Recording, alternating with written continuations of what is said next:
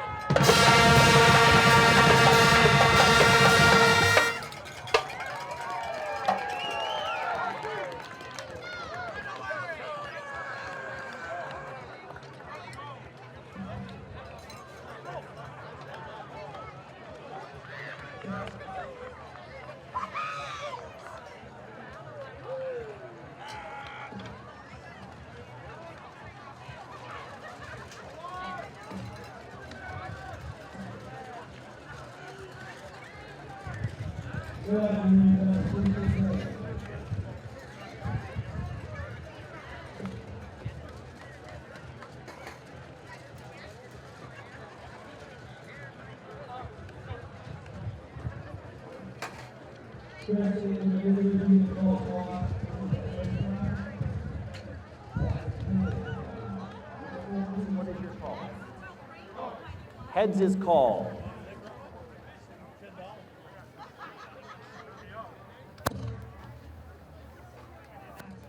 Michigan Tech has won the toss and will defer.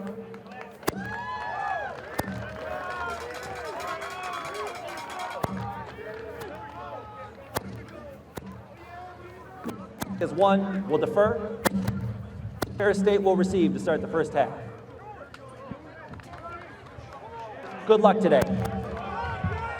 Today's officiating crew: referee Jason Dibble, umpire Michael Underwood, headline judge William Rumney, line judge Mark Stroya, side judge Michael Dunlap, field judge Bryce Mully, and back judge Brady Paganelli.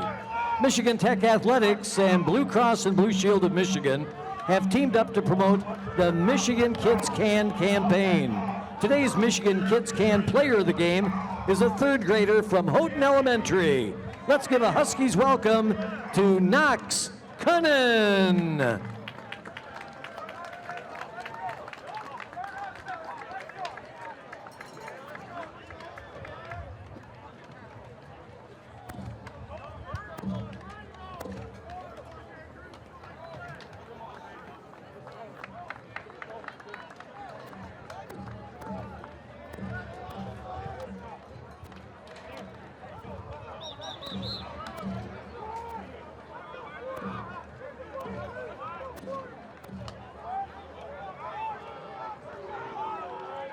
Getting ready to kick off for your Michigan Tech Huskies, number 32, Drew Weibel.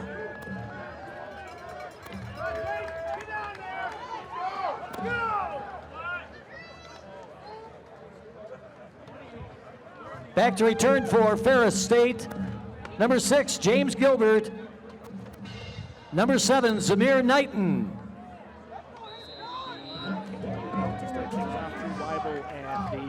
Kicking squad out there to get things going, moving from left to right from our vantage point, and the Ferris State Bulldogs will have 2 returners back to receive this one. First one will be number 7, Sean Stevens, to return this. He breaks it up the Huskies sidelines and trips up right around the 30-yard line or so, and that is where the Bulldogs offense will take over. And it will be quarterback Carson Gulker getting the start officially here today. 6'3", 220-pound sophomore from Zeeland, Michigan. And I did have last year's numbers for that game up here.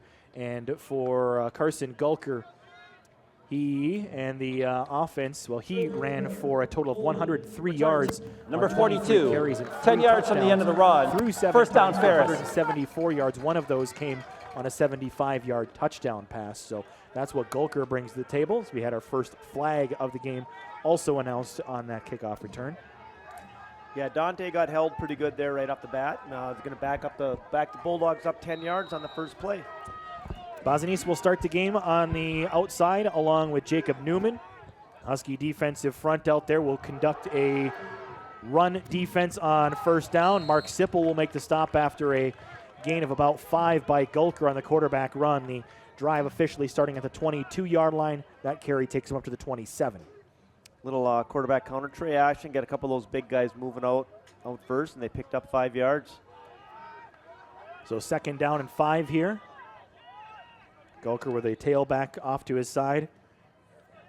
Trying to determine what number we have off to his side. There looks like a number 8 or 9. To get who that individual here is in a second. They'll have a lot of skill players rotated through. Gulker's going to throw on second down to the outside, completes it, and a big run after catch made by Xavier Wade. No surprise that he picks up a big gain on that one. That's been his MO all season long, taking it to the Michigan Tech 48-yard line before being shoved out of bounds there by Sam Ahern. Yeah, quick throw by Gulker right off the bat, put it on the numbers, and again, made one guy miss. Like I said, you can see the speed right off the bat with that these guys are bringing. Going to be a quarterback option left. Gets Beekle to miss that open field tackle, and a first down run there for Gulker is going to pick up nearly another 15 yards inside of the 33-yard line, and the Ferris State Bulldogs just marching it down the field here on their first possession.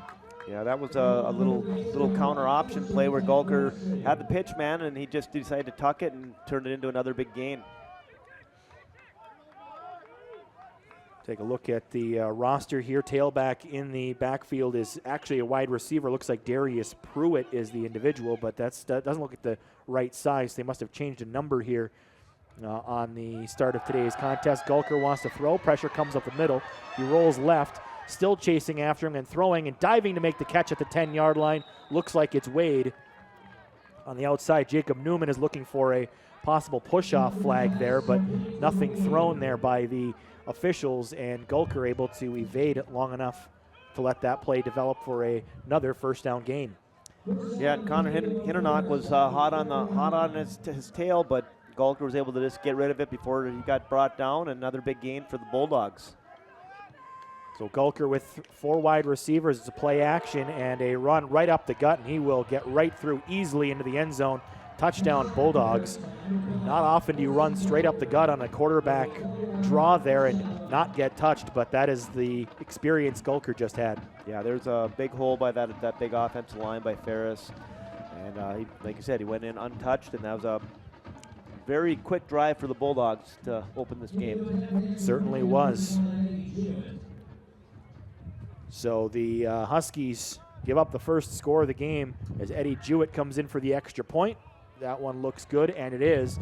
And 2 minutes, 36 seconds into the contest, Ferris State gets the first points of the game. It is a 7-0 lead, 12:24 to go in the first. You're listening to Husky Football on Mix 93.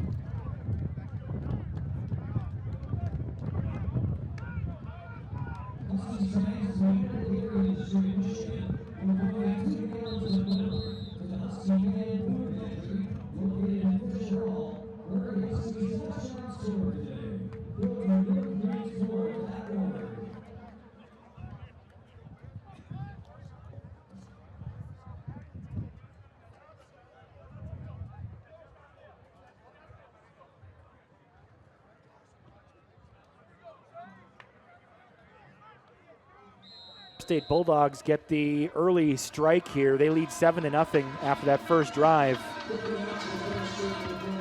First drive takes about 2.5 minutes off the clock, and just chunk play after chunk play for the Bulldogs gets them a 7-0 lead. Huskies' Darius Willis will look to return the kickoff here at the 7-yard line. Up the Huskies sideline he goes, and across the 30-yard line for his return. Good for about 25 yards or so. I don't see any flags out there on this return here, so the Huskies offense led by Alex Fries will make its way on out to the field. Huskies offensive line, we'll see what the combinations look like today, but it seems like a similar start to what we saw the last couple of weeks with DeVries, Chambers, Frontudo, Graff, and Canute across the Michigan Tech front. They'll start with Drew Collins in at tight end and 3 wide receivers. Morano will be offset to the right side of Fries here on first down. Alex will look to throw, looks right, fires towards Michalak, and Brandon makes the catch and got tripped up. His feet got caught up with the defensive back there, or he would have been gone on that play. A nice catch and a Michigan Tech first down. Lento Smith got his feet in with Brandon's feet, and the Huskies stop there. Gain on that play is good for about 30. Mark that down to the 39-yard line. And that was kind of a play we usually would see Champney with, lofting that one up and letting him use his hands to make the catch. They're going to go back to Brandon again, and he will make the catch across the 35-yard line, shoved out the Michigan Tech sidelines there. Nice gain on first down again for Michigan Tech. Yeah, that's 2 catches for Brandon today. He's been kind of quiet all season. That first play of the game, what a great catch. He went up and took it right away from the defender, and then another quick little out here. So he's got 2 touches here right off the bat.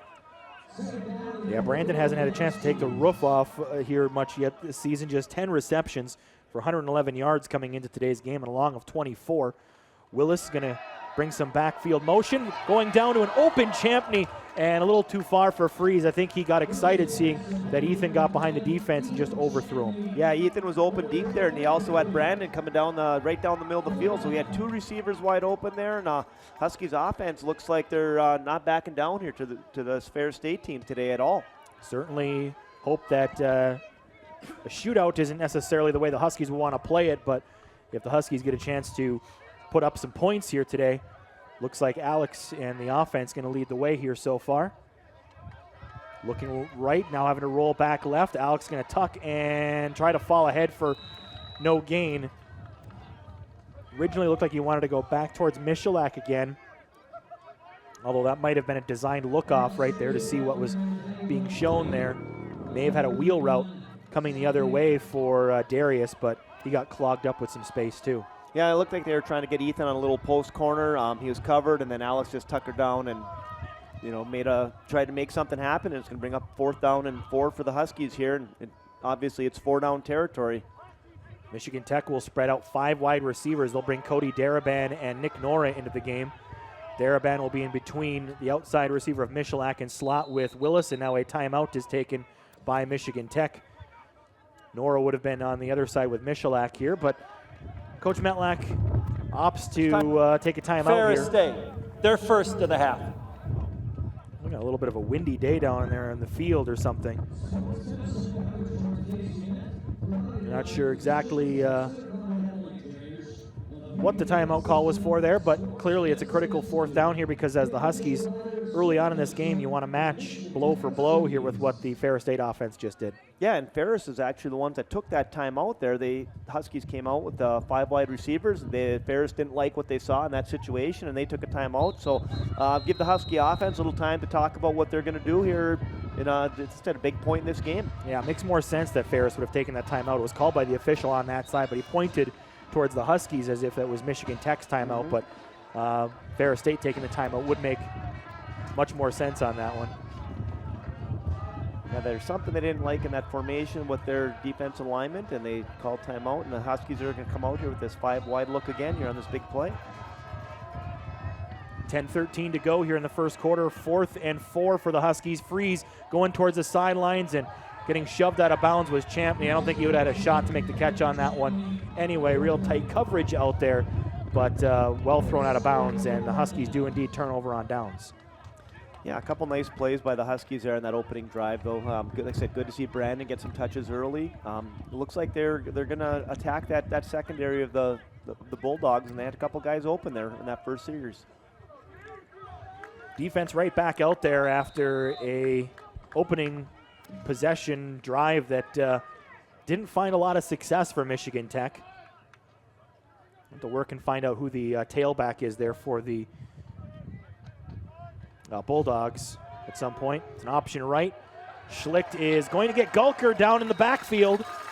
Loss of about 3 on that play. That was good pursuit there by Schlicht because he was the opposite end on that play and chased it down the backfield.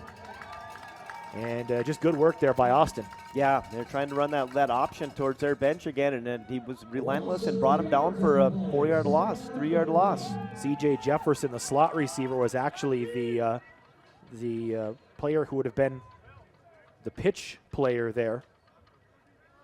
Again, they list number 8, Darius Pruitt, in the backfield here, and Pruitt on the roster is a 6'4" wide receiver, and I can assure you he is not a 6'4" player who's standing back there next to Carson Gulker. We've got a whistle and I think a false start coming up against the Bulldogs. Offense, number 77. 5-yard penalty. 2nd down. So indeed a false start against the Bulldogs. We'll march them back a couple yards here. And that will be a second and pretty long, second and about 18 here for Ferris State. Ball is placed around the 25-yard line. Need the 43 for a first down here. And Gulker is going to look to run up the middle. He's got some space to go there, and he was dragged down across the 35 by Mark Sipple. But again, a big hole right up the middle being opened up by that offensive line. Yeah, and like I said, the Huskies are getting their hands on him, but he's such a big guy that he's dragging him for a couple yards. But now it does to bring up a third and long situation for these guys. Gulker is going to try to dump one across the middle. It is caught by the receiver on the play. Number 22, Brady Rose, makes the reception just a yard or so across the sticks there. So they convert a 2nd and long here and get it for a first down. Those are the killers there, and you have them behind the sticks. You have to try to keep them there, but Ferris State just going about their business. Yeah, and like I said, it was good coverage. It's just the arm strength of Gulker is what got that receiver open. So 1st and 10 from the 44-yard line. Gulker looks to throw. Pressure comes up the middle, and down he goes. Sam Kinney with the initial contact and a little help from his defensive front man, Connor Worthington, to knock him down, and Gulker takes a loss on that play back near the 35-yard line. So the defense once again will give Ferris State a long field here on 2nd down. Yeah, that was great pressure by that defensive front. They just collapsed that offensive line and put them in another long yard situation. And another flag, and this is another false start against Ferris State. False that's start. 77, Offense, his second number false start here. 5-yard penalty. 2nd down. Bob Anderson is normally listed as the left tackle, number 74. You mentioned 77, Travis Miracle in the game. He's listed actually technically as a backup left guard, but is playing on the outside right now. Things moving around along those offensive lines. Gulker, the quarterback sweep. He's not going to get too far. Huskies swarm to that one right about at the line of scrimmage. There appears to be no gain back at the 30-yard line. Bulldogs with 3rd and 24 coming up here. Yeah, great pursuit by the Husky front. You know, this series, that defensive line's really getting some good pressure, and you got a lot of black jerseys at the point, bringing down number 12. Josh Cribben gets the credit for the stop on that play. 6:50 and counting to go in the first quarter, 7-0 Bulldogs, but Ferris State with a 3rd and 25 back at their own 30-yard line. And Carson Gulker is going to turn around and hand it off to his back, who is going to gain about 2 or 3 on that play and no more. Huskies defense, with the aid of a couple of self-inflicted wounds there by the Bulldogs, able to turn him over here and force a punt. Yeah, great sequence for the Huskies after that initial drive by the Bulldogs to put, respond really well and give that offense the ball back here. Always one of these interesting situations, too, where you end up with the 2 punters in the back. Nora will be there to return. Now the Bulldogs going to motion around here. And a long snap to the one punter. Will be able to take a roll inside the 30-yard line as Ethan Sawson, number 46, the Aussie, is the one who gets it away. Perth, Australia is for Ethan Sawson, and we have a player down in the backfield. Looks like Colby Hindenach is down around where that one was kicked away here, and I didn't see a replay. He's all alone there, uncomfortable inside the 20-yard line. I don't know if it was something that happened trying to avoid anything. I want to speculate on what the injury might be here, but stretching out his leg area. Hopefully it's nothing too serious for Colby. He's had a pretty decent season here for Michigan Tech, getting some opportunities on offense and has performed on special teams as well. So the Huskies training staff and coaching staff will head on out to take a look at the Husky tailback here. And hopefully we come back with some good news on the sophomore from Pawpaw. Yeah, he's had a really nice season here. Like you said, not just running the ball with his opportunities there, but he's done a lot of different things on special teams, and definitely got to hope that he is okay. He's been the primary backup for Will Morano most of the season and has also been in some of those 2 running back sets with Will. Asher Gregory got some opportunities last week, and he can't really put any weight on that left leg, so I think that is going to tell us his afternoon is probably complete, and hopefully it is only this afternoon, but not a positive sign, unfortunately, for Colby Hindenach. I'll turn Asher Gregory and Patrick Kastner into perhaps more prominent roles to spell Morano today. Husky offense meeting on the sideline here. They will start their next possession here at the 22-yard line after that punt. Good punt there by the Ferris State Bulldogs. Ultimately turned out to be a nice roll for them on that. So Freeze will step on out with the offense. Morano will be off to his left, 2 receivers and tight end also to the left. Champney on the right side of the formation here, ball on the right hash. And Freeze will looks to throw short towards his tight end. I believe that is Collins at the 26-yard line, gain of about 4 on that play. Yeah, a little quick hitter. Gain of 3 or 4. Got a little confidence back for Alex, and good to see Collins touching the ball here too. Yeah, Drew Collins missed some time there around the Upper Iowa and Davenport contest a couple weeks ago and has been working himself back into regular action here, but hadn't seen the football a whole lot. 2nd down and 6 here for Michigan Tech. Play action pass here for Freeze. Steps up in the pocket. Now he's going to try to take off and run. Takes a hit when he gets up to the 30-yard line by a pair of Bulldogs. Pops right on up here and a nice solid 2nd down run. Yeah, gives the Huskies a 3rd and 2, 3rd and 3. But again, good decision by Alex to not try and force it. Felt the pressure and put his shoulder down and got a couple extra yards for us. 3rd and 2 here for Michigan Tech, and this may be an opportunity to get Will Morano his first touch. Bulldogs may feel the same way. They've got a pretty stout defensive line. Hard count there by Freeze to see if he can get anybody to move, but nobody does. Defensive tackles, Irving Bay at 349 and Nelson at 300. Handoff goes to Morano. He's going to run into the pile, and can it get pushed ahead to the 1st down marker? It appears so. Michigan Tech does pick up the 1st down on the ground. Gains 2, all he needed. Yeah, good hard run. Didn't try to dance in the hole, put those shoulders down, got the yards needed, and moved the chains for the Huskies. And a Ferris State Bulldog player is now down on the ground right around that point of contact. So a second injury here. For an injured member of the defense. And for the Bulldogs, we'll have to see what player that is who's down for them. 4:12 to go here in the first quarter, 7-0 Bulldogs with the early lead. Michigan Tech's moved the ball pretty well here on their couple of possessions. Pretty much all through the air, it's been passes from Freeze and largely looking towards Brandon Michalak on his throws. Alex has run twice and thrown 5 times here early on. On the opposite side, Carson Gulker has run 7 times and passed once. Excuse me, passed 3 times. I don't know where I said once. I think there's another tailback, actually. It was James Kobe who got the 3rd and forever call that netted him the 3 yards to end that last drive. But otherwise, it's been a lot of number 12. We have yet to see Malik Mitchell, the senior from Cleveland, 6'4", 212, make an appearance out there for the Bulldogs on offense.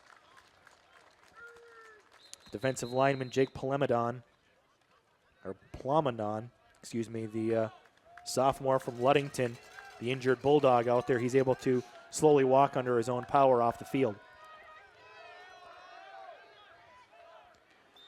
First down for the Huskies at their own 32-yard line.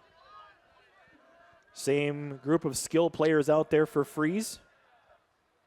And a little quick look to his left. Throws to his right for Michalak, and it's a little bit too far for Brandon. An incomplete. Good coverage by the Ferris State player out there, but Brandon had the inside position on that one and had an opportunity. Yeah, like I said, I like the aggressiveness with that offense here and getting Brandon involved. Looks like he's got single coverage on that outside. They're just trying to use his speed to hopefully hit a big play, stretch that defense. Madison was the defensive back in coverage out there. Swing pass here to Morano. Will's going to have to use a couple of blocks. Can't really get too far. Open field tackle made by the Bulldogs, number 31, Sapaya, a linebacker from Canton, Ohio. Yeah, good chance to get Will the ball out in space, but the Ferris defense flew to the ball. The middle linebacker was able to get off the block and limit the gain there. Put the Huskies in a 3rd and long situation here. Not the position Michigan Tech's offense likes to be in or wants to be in, but has found themselves in a few too many times so far this season. Huskies in about the middle of the pack in terms of possession or conversion rates on 3rd downs. Champney motions to the right side. And a little bit of a low snap. Alex going to have to step up and make a play. Dumps it off to Morano. Will can't escape the first tackler. Number 20, Salento Smith. Another defensive back for the the Bulldogs makes the stop. And the Huskies will have to bring Brendan Locke out for the first time today. Yeah, Alex had some good pressure on him. Was able to flip it to Will, but again, came up a little bit short. I'm going to force to bring in Brendan Locke out to try and hopefully flip the field for us. Had some opportunities on that drive. They were there, just unable to convert. Locke's kick is shanked a little bit here and bounces off towards the right side into the Husky bench near the 30-yard line. Didn't look like he got it as cleanly as he wanted to.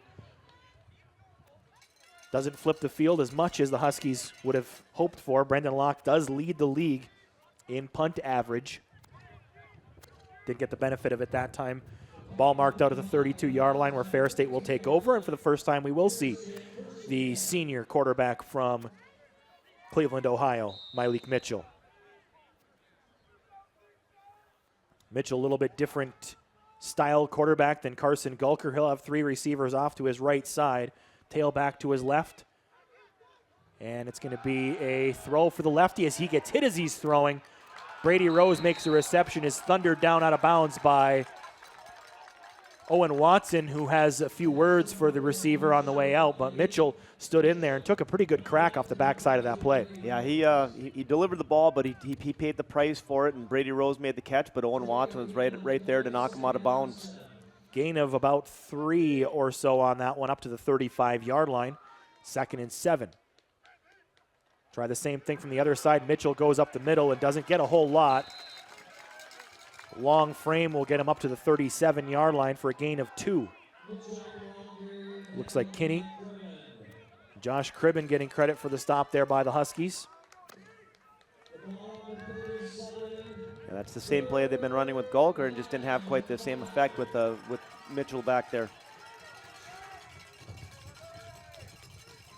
Motion across here for another Ferris State receiver and another flag, and looks like possibly another flinch by the Ferris State offensive line. Another false start call. Yeah, we'll take it. Number 52. That's going to put them in about 3rd and 10. Third down. For the Husky defense, it kind of takes away some of their offense, and lets Coach Thomas dial up a little 3rd down and long defense for us. They whistle that one against the center, Jarvis Wyndham, sophomore, 6'2", 300. Empty set here now for Mitchell on 3rd and 10. Stands in the pocket. Here comes pressure as it collapses. He trips up a little bit, but stumbles and slides down. That's got to be just short of the 1st down marker from where he started his slide. They're going to give him the benefit of that one. Far side official gives him that, but it should be at the position where he started the slide. And by my look, that's more where he ended the slide. And I don't know if Dan Metlack can challenge that or not. Boy, that was a very favorable spot on their sideline there. I don't know if he has the ability to challenge that spot or not. I don't see him throwing the flag out here at this point. Now he has. Or he's taking a timeout anyway. Charge timeout. And I don't know Michigan exactly time. what can be They're first of the half. challenged and what can't be. We're going to see the replay here on the Flow Sports broadcast if you're taking a look. Mitchell stumbles right around the 30, stumbles again around the 35, and then begins his slide. His knees first started down a yard full short of that 1st down, so if they can challenge this and look at it, the video crew there with a good look at this, as the red flag is out on the field. And if so, this should be 4th and 1 from the 41-yard line of Ferris State. If this is a challengeable play, it looks like the referee is going to jog off toward the video area. Is challenging the ruling on the field of a 1st down. The play is... We get the benefit of the replay right away, but I think there's no question. He's at least a yard short, if not a yard and a half to 2 yards short. Yeah, I felt like by the naked eye from our view here, his slide started plenty early enough, and those who get to watch this video again will get to see this. As he scrambled to his off-arm side, crossed the 35, got tripped up a little bit there, and was stumbling as Sipple was bearing down on him around the 40. He started that slide, I would say his back foot just crossing the 40 when the slide started, and that is what they say is the markdown when the slide is initiated, is where the ball should be marked down. The far side official marked him where the slide ended on that play. I think his knee was even if you just went where his knee was down, I think he's still short of that. I agree. So they'll review this one just off to our left. It should make it a 4th and 1 or so. Be interesting to see if Tony Anise decides to go for it on 4th down. I'd like to think he believes his team can pick up a yard fairly simply, but you never know. With 36 seconds to go in the 1st quarter, the 7-0 lead on the road, what the Bulldog head coach may decide to do in that situation. I don't know if you were in this situation here. What might you think? Well, I'm not a big fan of the punting game myself, but I think in this situation with them, with their defense, the way they're playing, you could have a chance to pin the Huskies down there and maybe get some field position.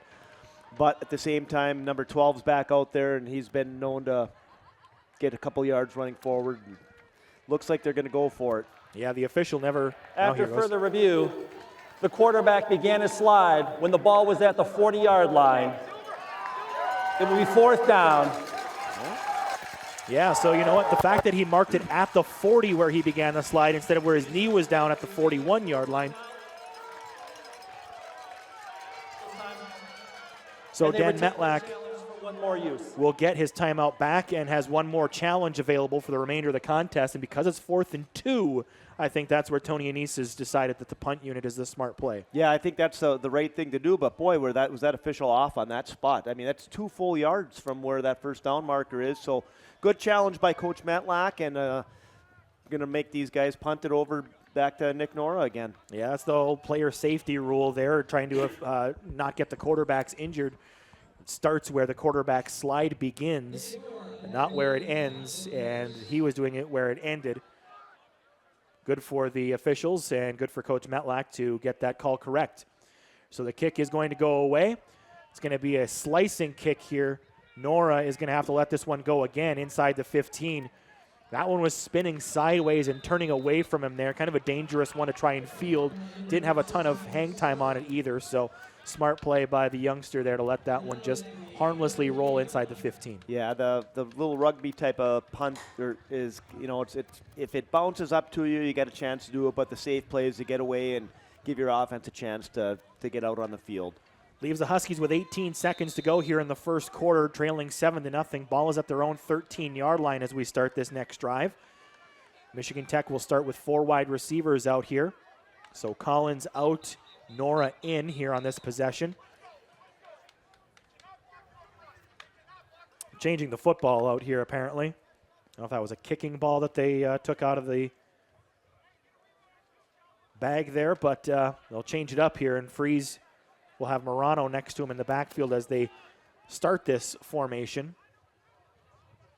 3 receivers will be off to the right side, and Huskies have, of course, been known to use plenty of motion, so doesn't necessarily mean that's where they will be when the play actually starts.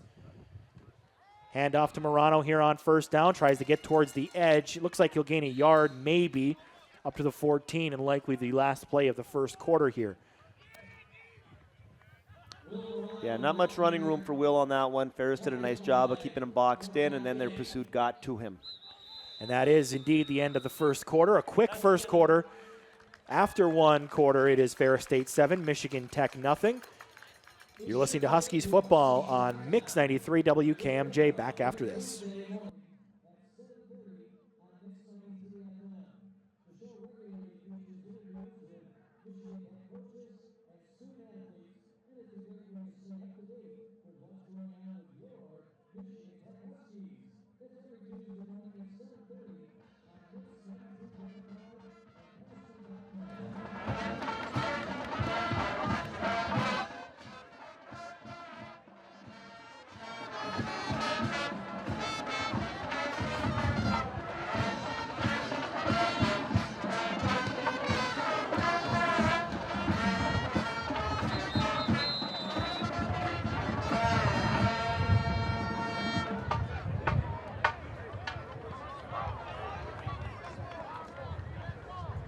Numbers for you here. Michigan Tech with 2 first downs, 1 through the air, 1 on the ground. 1 of 3 on third downs overall, running 12 plays for 51 yards, 45 of that through the air. The Bulldogs have 5 first downs, 2 through the ground game, 3 by pass. They are also 1 of 3 on third downs, 14 plays, 99 yards, 56 through the air, 43 on the ground on 10 attempts. Possession time has favored the Bulldogs, 9-6 through the first 15 of play. 2nd and 9 here for Michigan Tech. And an option reverse here for Darius Willis. Has to get around some traffic in the backfield, and nobody can make enough of a block far enough upfield on the right side of that play. Darius gets knocked out of bounds for a loss. Yeah, they didn't fool the Ferris defense there. Good little play call by the Huskies. They get a little misdirection, get Darius the ball in space, but Ferris did a good job of stringing it out and not let Darius get to the corner.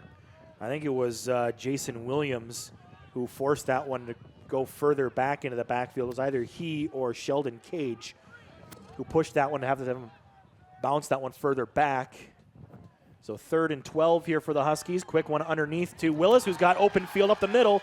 He's got the block. And can Darius get far enough upfield here? He's close to that first down marker. Forward progress looks like it was stopped around the first down marker, but I think they're going to be just a yard or so short. Huskies again, we're hoping for more upfield on that play. Yeah, it was close to the 22, and I think that's where they've marked it here, and they needed the 23 to get the first down. So unfortunately, Brendan Locke's going to have to kick this one into the wind. Yeah, a good play to get Darius the ball. Looked like he had great potential, but Ferris did a good job of just holding him at the last second. Kick is blocked.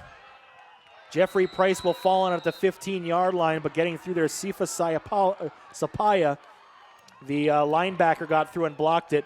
Brendan was just a little slow getting that one away. Yeah, probably could have got that off a little bit quicker, and obviously the Huskies could have did a little better job protecting there, but that's a big turn of events for the Bulldogs. Sapaya right there, right through the middle, was able to reach his left arm out and knock that one down right up the middle on that play. And that's going to set the Bulldogs up with good position here. Gulker's going to tuck and run. He's going to bounce off the first tackler and make his way into the end zone for a Bulldog touchdown. Yeah, had him initially, but he broke that one tackle with his size and then went uncontested the rest of the way. You know, they only list Gulker at 220 pounds at 6'3". It's relatively similar to the size of Mitchell, but when you look at the two players out there, it certainly looks like Gulker's got some more bulk to him than Mitchell does, but that strength and size paid off for him on that drive, and the initial contact by the Huskies wasn't enough to knock him down. Everybody else had a hat on him. Eddie Jewett's extra point attempt is going to be good, and the Bulldogs convert a blocked punt into a one-play touchdown run for Carson Gulker. And the Bulldogs take a 14-0 lead, 13:28 to go in the first half. You're listening to Huskies football on Mix 93.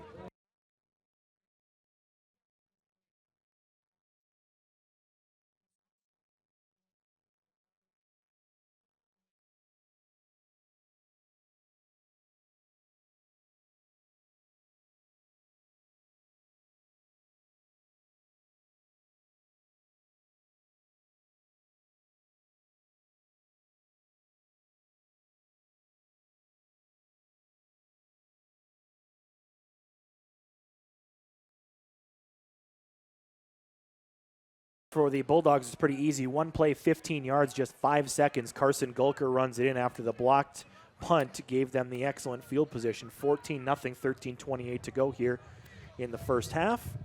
I want to say hello to former Michigan Tech football coach Ted Curley and his wife Helen, along with former Michigan Tech head coach Tom Curley and his wife Patty, listening today from sunny Las Vegas. 76 degrees, no rain there in Vegas today. It sounds like a good place to be. Ted, of course, the highest winning percentage in the history of Husky football. Tom with the second highest winning percentage in Husky football, and the stadium named after those two individuals.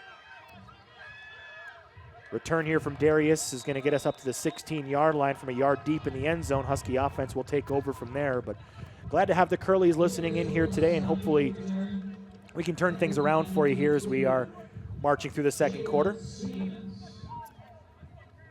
Husky offense looking for some consistency here and trying to find enough room to run to supplement the passing attack. And they've had some open routes so far in the first few possessions, just haven't been able to convert on enough third down opportunities here today. Kastner will join Morano in the backfield for that two running back look. Three receivers out for the Husky offense as well. Freeze wants to throw. Quick one is tipped and incomplete. Looked like it was going in the range of Champney there. Well covered on the short slant. Yeah, and he was open. Good play call right there. Just got Ferris guy got tipped it at the last second, fall incomplete, but Ethan was open. Looks like Major Dedmond, the defensive back senior from Freeport, Illinois, the player who got a hand on that play, on that football to thwart the Huskies' offense. 2nd and 10, handoff goes to Morano, looking for some running room up the middle, and he will get stopped after it looks like only a gain of about 1 or so, maybe a yard and a half. And 3rd and long again for Michigan Tech here today. Yeah, not much room to operate with that Ferris defensive line right now. Bringing up another 3rd and long for the Huskies offense. Things certainly not going as easily as they did against Northern Michigan last week, and you didn't expect that they would against a top 10 ranked opponent here. Wildcats in the early stages of a rebuild and have their hands full with Grand Valley today. Meanwhile, the Bulldogs coming off back-to-back national championships.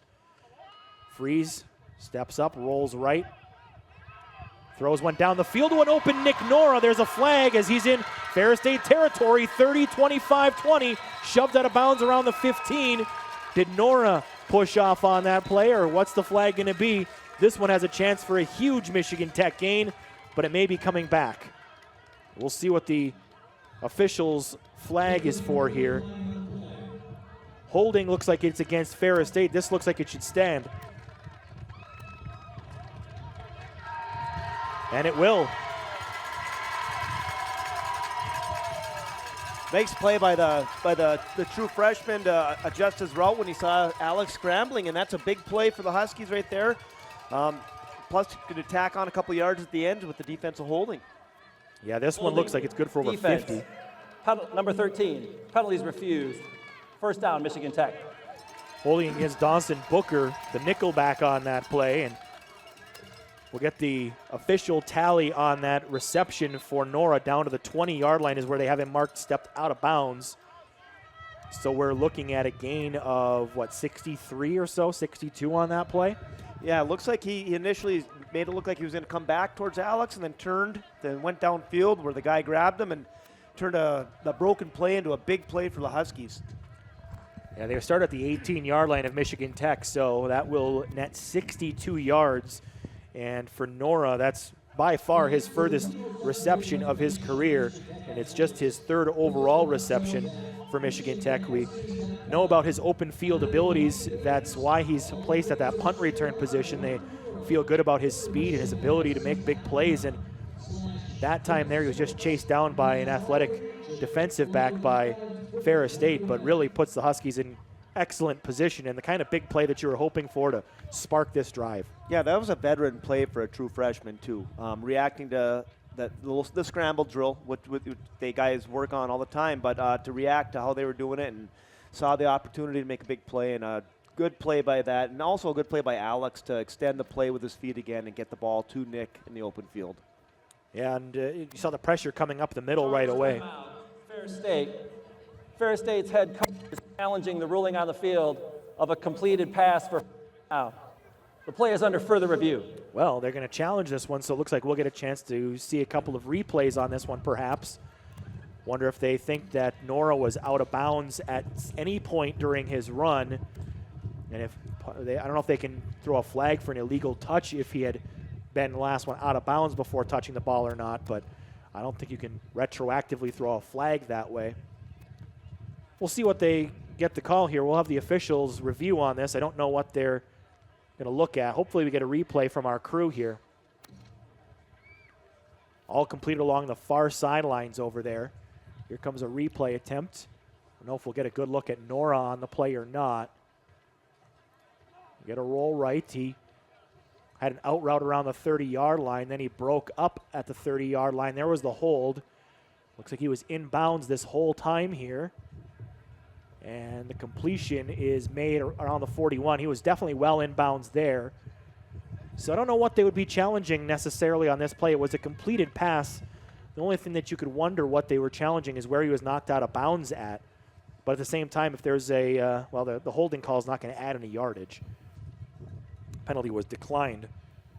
But that's the only thing you can consider is that maybe they felt the shove was out of bounds earlier than the 20, but contact was right around that place anyway, so I don't know what they're going to result out of this. After further review, the rule of the field is confirmed.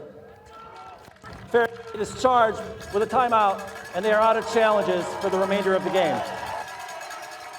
Not sure what the coaching staff for Ferris State saw there. It may have been a wasted challenge for them. Granted, they're up 14-0 here at this point. They may not feel as though they would need that later on if everything goes as they expect to. But the Huskies with an opportunity here at the Ferris State 20-yard line to convert some points, and this is where Coach Metlack says you need 6. You cannot settle for a field goal opportunity here. You have to try to get the touchdown. Huskies will spread out receivers all the way through. They have Morano as the slot receiver right, and referee didn't turn his mic off there when he blew the whistle. That one hurt a little bit. Collins going to motion into the backfield here. Drew Collins going to tuck and run. He's got room. He's got the 5. Touchdown, Huskies. Well, the old quarterback who converted to the tight end came in to take a play out of Ferris's book with the quarterback Connor Trafer. He went untouched just like Golker did earlier. So, yeah. Anything you can do, I can do. Won't say better, but anything you can do, I can do. And the Huskies bring Collins in at the quarterback position. Bulldogs clearly were not prepared for that. And Michigan Tech has scored their first touchdown of the game. Drew Collins with a 20-yard score. Drew Weibel's extra point attempt is up, and it is through. And with 11:59 to go in the first half, Michigan Tech draws blood. Extra points brought to you by the Turbo Agency in Hancock. Make life insurance a vital point, not an extra point of your personal insurances. Call the Turbo Agency today. Bulldogs 14, Michigan Tech 7. This is Huskies football on Mix 93.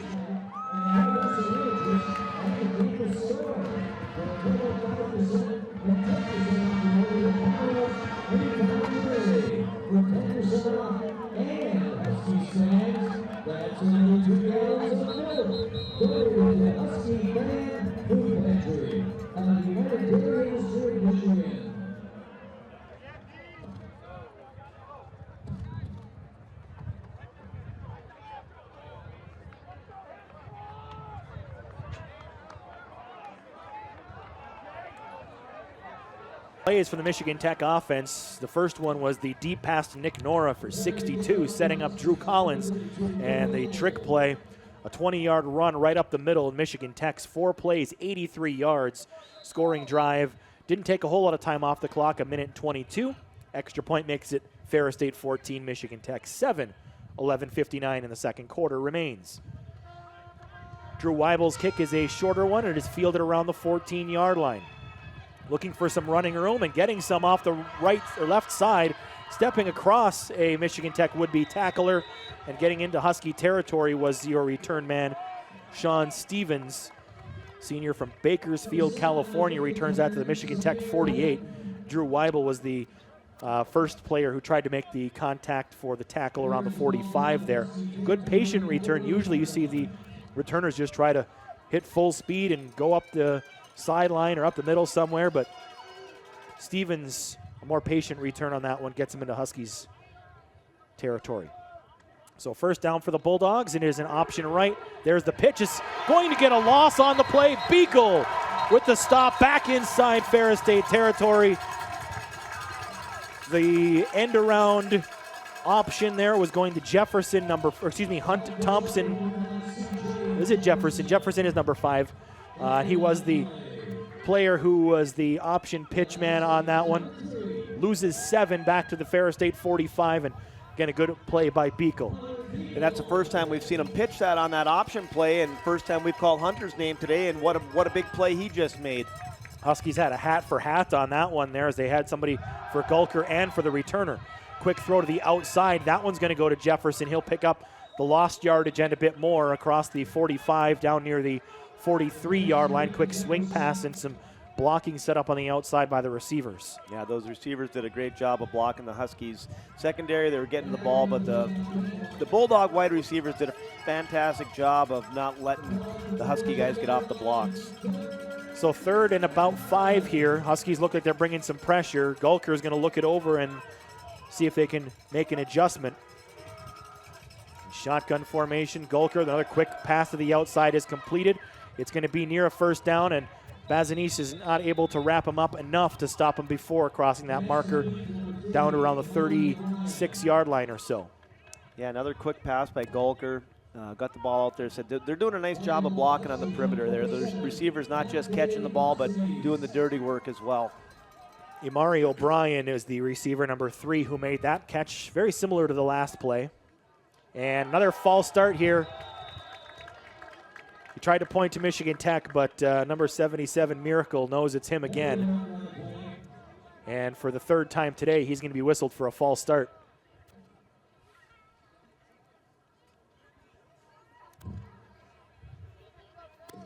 Offside. No. Defense. Number 13 entered the neutral zone. Caught the offensive lineman to flinch. 5-yard penalty. First down. Well, instead they give that one to Josh Cribben and his pressure that he was showing off the edge. Apparently he crossed the mark there and forced a false start there by Miracle. He was pointing, but his earlier history in today's game led us to believe it was on him. I think he may have gotten away with one there.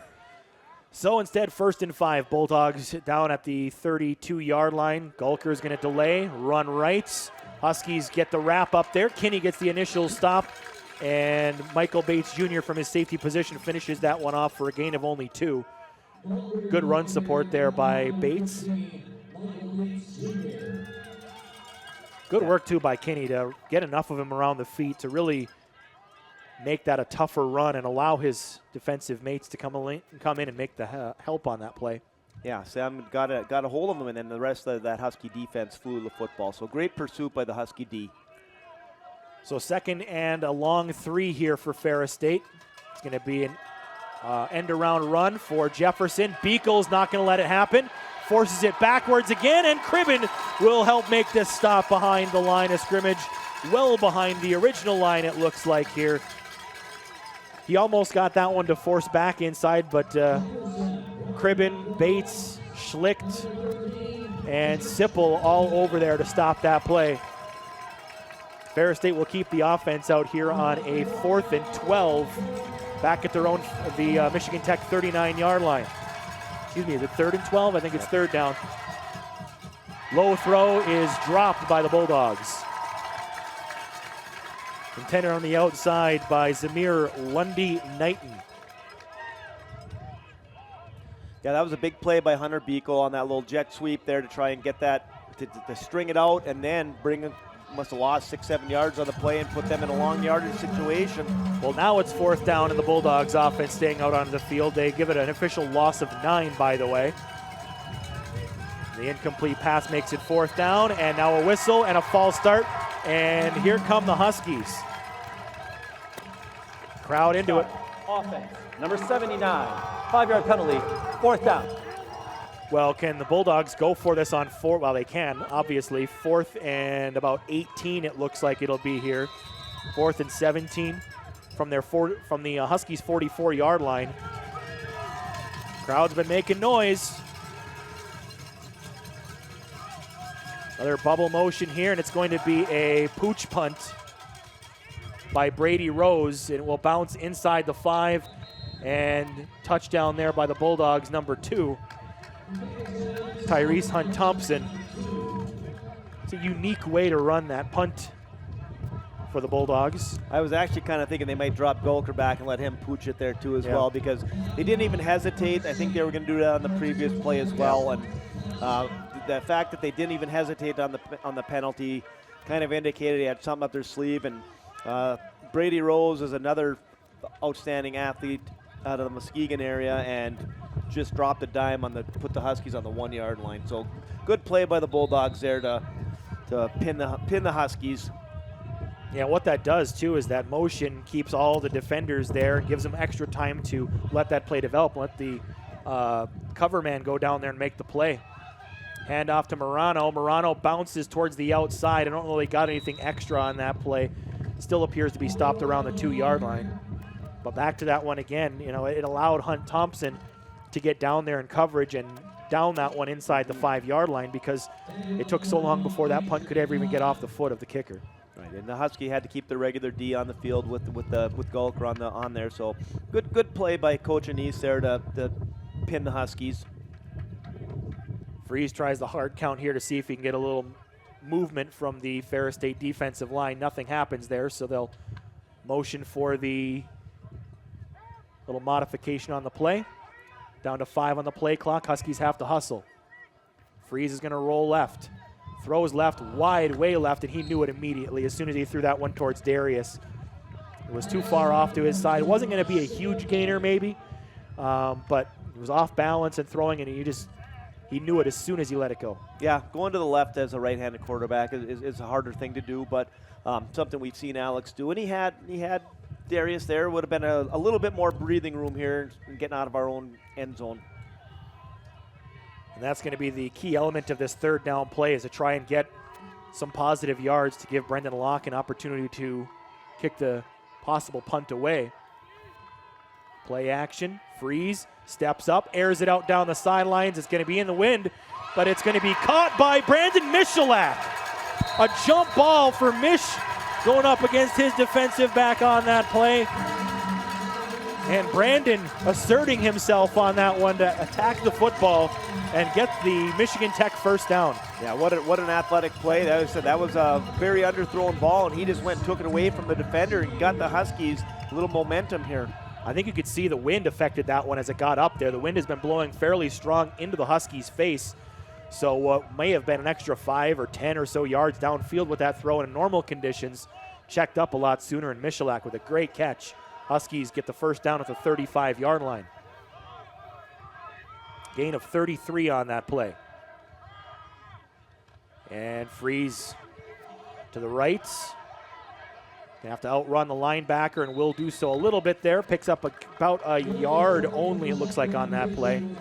Not a very generous spot on the play, but positive yards for Alex nonetheless. Yeah, I decided not to throw it.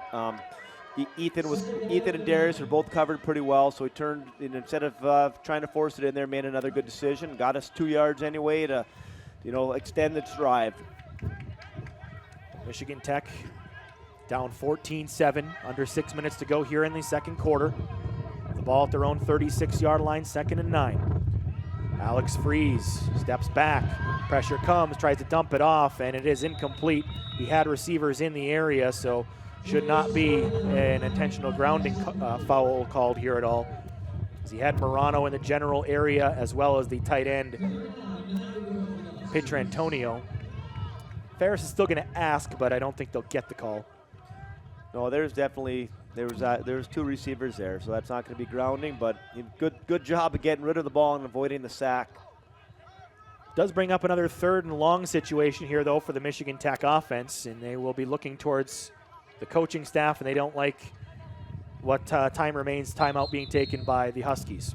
There's not enough time. The play clock was already down to about 10 here, as they were still looking for the initial call. There's 2nd and a half. So each team has just 1 remaining timeout here for the rest of the first half, which has 5 minutes and 42 seconds remaining. That's right. It is the first. I remember Huskies took a timeout, but in that process, we're actually calling for the challenge. So the timeout never got recorded that way. So they do retain 2 timeouts. My mistake. Coming up during our halftime, we will give you a stat recap of the first half, go through our highlights of the first half as well, get you updated on other scores available around the rest of the GLIAC, and a chance for you to win a 12-pack of Pepsi from Pepsi Cola of Houghton. So that's all coming up during the halftime show, sponsored by Sands Auto.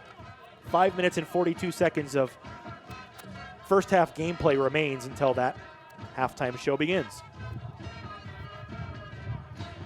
Meanwhile, here again, the Huskies have a 3rd and 9 from their own 36-yard line, trailing 14-7 to the number 9 team in the country, Ferris State. Freeze gonna have to try to roll again, throws off platform and out of bounds.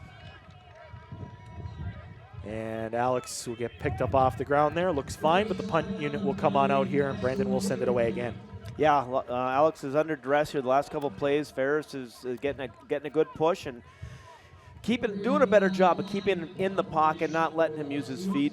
But it's going to bring up another punting situation. Hopefully Brendan can flip the field for us. Yeah, a lot of the wins right now are coming right up the middle for Ferris State's defensive line. Brandon will get this one away. It's a low kick. Huskies are going to have to get a friendly roll. Looks like they will get one. We'll continue to roll inside the 20, down around the 17-yard line or so. So that one's better. That works. First one was a bit of a shank. Second one was blocked. This time, Brendan gets away more of what we expect from him in a turning of the field. Ferris State will start with, I believe, their worst field position of the day at their own 17. Yeah, with 5 minutes to go, it's a big possession for the Husky defense here to get a stop, maybe get the ball back heading into halftime here with a 7-point game. We'll see if they can keep that momentum from the first, or that last drive up. Huskies are going to have 4 players with their hand in the turf here as Malik Mitchell looks to throw, dumps it across the middle and completes it. Bouncing around and looking for some space to run, going up the sidelines, and now he does have room and gets tripped up eventually on his own. A big run after catch there by the Ferris State Bulldogs, number 15, Xavier Wade. Again, go figure, Wade with another big run, but this was a short pass that he made a lot of things happen with blocks down the field. I think he stepped in the back of his fellow receiver's foot and tripped himself up there. Was looking for the block downfield. Mitchell's going to throw again to Jefferson. Jefferson gets around the first block, or first tackle, excuse me, and then is brought down on the outside. Beekle frustrated that he didn't make that open field stop there. Yet not very often do you see that happen for Hunter. Just like that, the Bulldogs are in business, though, after the big gain. The pass goes for 53 to Xavier Wade. That last one there goes for an additional 8. So 2nd and 2 at the Michigan Tech 22-yard line.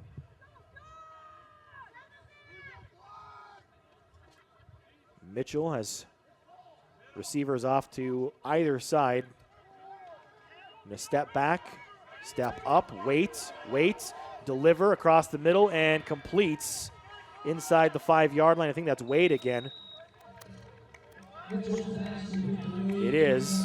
He's down at the 4-yard line. He was getting close to that line of scrimmage before he delivered. Was well behind it, but his stepping up in the pocket and outside of the pocket was bringing him closer to that area. Mitchell will check out, Gulker back in. Yeah, real athletic play by him. The lefty quarterback going to his right, came back across his body and put the ball right on the numbers there. So great play by him.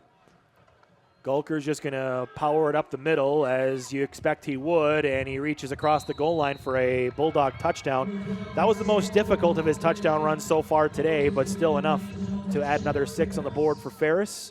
They're up now 20-7.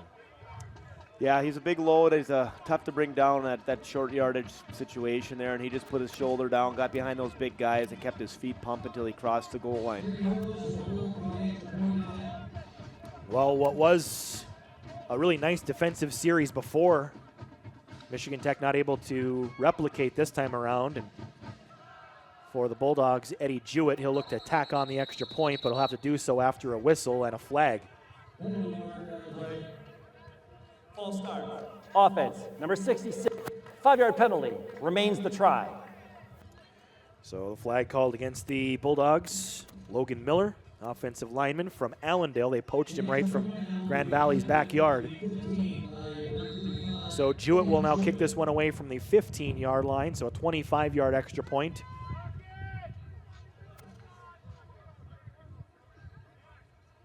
Another good snap and hold.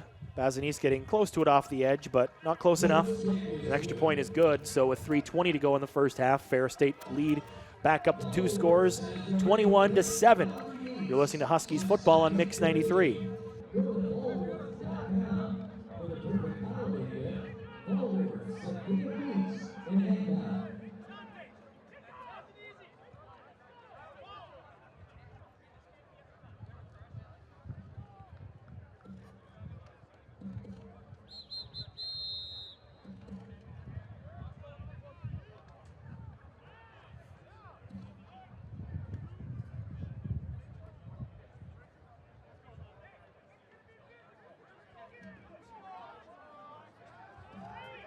For Ferris State, scoring drive, I should say, very much the same as Michigan Tech's in the sense that it was 4 plays and 83 yards. They took a little bit more time off the clock, 2:03.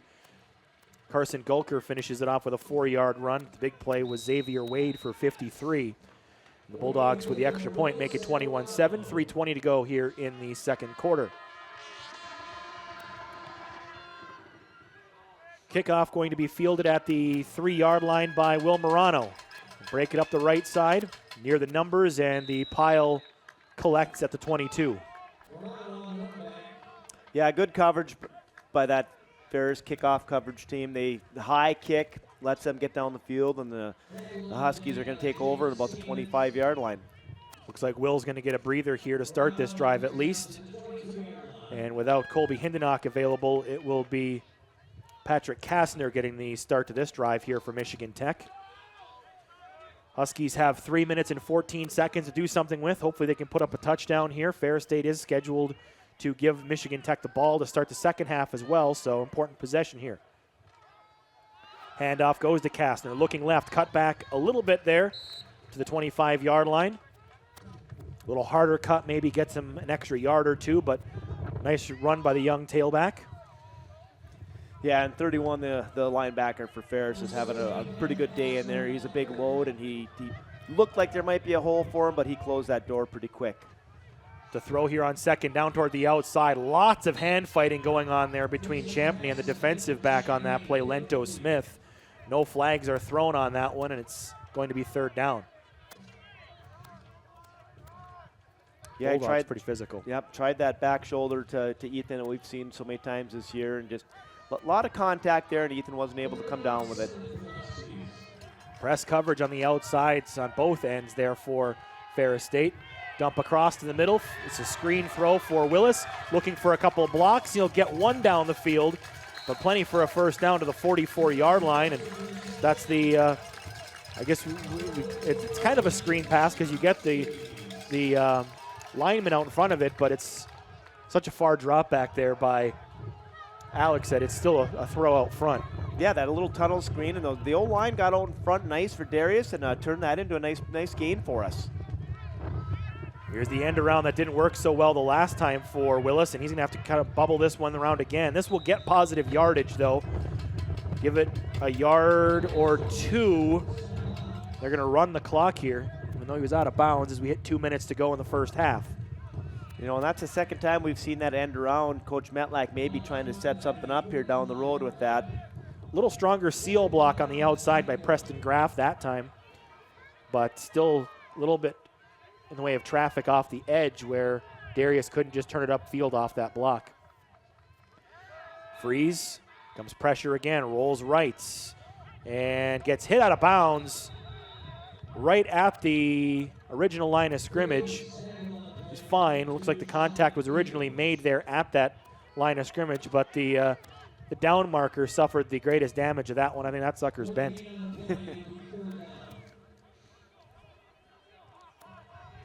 Well, that one may be retired after the first half is completed. Huskies will make a substitution here. Change up the formation. And Michigan Tech will have 4 wide receivers out there. Morano's back in the backfield here after taking an earlier breather to start the series. Freeze going to dump it off to Will. Needs a block, needs another one. He's not going to get one, but steps through that original tackle. Pyle keeps moving ahead near midfield. It'll be just short. With 1:20 to go here, a timeout is taken. If it's Ferris, it's their final timeout. Sounds like it is. Ferris State, their third for the half. Yep, they're going to take their last one and make the Huskies punt the ball to them with 1 minute to go. Well, the smart play would be, of course, to kick this one away and force Ferris to go as many yards as possible with 1:17 and what will be less. Reset the game clock to 1 minute and 20 seconds. Figured there'd be 1:20 out there, but after the snap and the play is over, you're probably looking closer to 1:10 or so. Ferris can score quick. We know that, so at least try to give them as much yardage in between them and the end zone as possible. I'd love the Huskies to go for it here. You know, down 2 scores and, you know, try to be aggressive and get yourself a chance to put up a score leading into the second half where you start with the ball, but that's the kind of thing you only do in Madden, I think, in this situation. Yeah, it's, like I said, I'm not a big fan of intentionally giving the ball to the other team, but it's just such the smart play for sure. Make them go the length of the field. So Brendan Locke will stand around his own 35. Bulldogs have a returner near their 20-yard line. And Locke's kick is going to get away. It's fielded as a fair catch around the 15-yard line by Brady Rose. And the Bulldogs will have to go 85 yards to get a touchdown here, and they will have 1 minute and, well, not 1:20. The clock should have run there. Officials are going to have to reset this clock. We said it was 1:20 to start the play, so they're going to converse here and see how much time should have run off the clock there. I'd say anywhere from 5 to 7 seconds should be removed. Game clock operator, please run 5 seconds off the game clock. It should be 1:15. It did not run during that play. 1:15, please. And we are at 1:15. So, 1:15 to go 85 yards, and they will. Well, they look like they were going to start with Malik Mitchell. He's going to go off to the sideline to talk to Tony Anise real quick and confirm the play call or signals or whatever it is that they're going to look for here before officially snapping the ball as the referees mark it ready for play. 4 receivers here for the Bulldogs, and it will be a pass attempt for Mitchell. Rolls to his right, Here comes Cribben, and a dump off into the Huskies sidelines. They're caught by Hunter Chambers. And an incomplete pass stops the clock with 1:08 to go, 2nd and 10. Yeah, and Connor Hendenack almost had him there, but it would have been a big sack there back inside the 10-yard line, and Mitchell's able to get rid of it, stop the clock. It's tough, though. You're trying to get it to him there, and it's hard to make that controlled rush to not allow him to roll. And he took the right side of him, the arm side there left, forced him to go off to his right. And Mitchell will look to throw again here. Instead, he'll tuck and run up the middle. Sipple's going to get him. Kinney's going to help him with a gain of only 1 on the play. Brings up 3rd and 9. I would highly doubt that Coach Metlack will take a timeout here. There's a difference of about 20 seconds from play clock and game clock. If the Huskies do get a stop here, you may see Michigan Tech burn one of their 2 timeouts, give Nick Nora a shot to maybe return it into position to get the Huskies some points. But Ferris State going to wisely milk this clock as far as they can, and they may take their they have no more timeouts left. So they'll have to hurry up and snap down to 5 on the play clock. And the snap, and it's going to be eaten there by Schlicht and Watson and Sipple, and we were down to 14 on the game clock where the Huskies take their timeout. Yeah, good timeout by the Huskies. Make them punt the ball. Maybe they have a bad snap like Northern had last week or something. Michigan Tech. And this is the point where Phil Milbrath will look to see what kind of punt block opportunity he can bring here, or maybe see if he can set up his best return option. Set up a spot for Nor to bring this one back. You can bring this one back to inside the 30. You give a realistic shot at Drew Weibel kicking a field goal. In warm-ups, he was limiting himself to around 40 yards out. 42 yards, I think, is about where we were at, setting around the 25.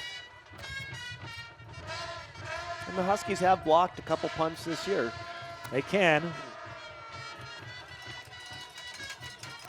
With a rugby-style kicker, too, he might give you that opportunity there as he usually runs around a little bit more. Maybe you can pin him towards the side and get a block a little bit better. But with 14 seconds, you get the return and maybe one play. They'll stand Mitchell Middleton and Ethan Sawson, the 2 punters, back together, and then last couple times they've run Middleton up. And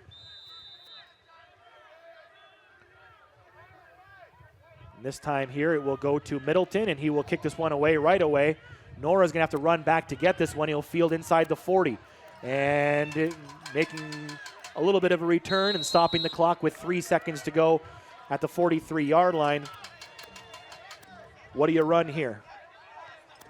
You try to throw something, see if you can get, some sort of maybe a Willis screen or fire one down the sidelines, maybe try to get a flag out of the play.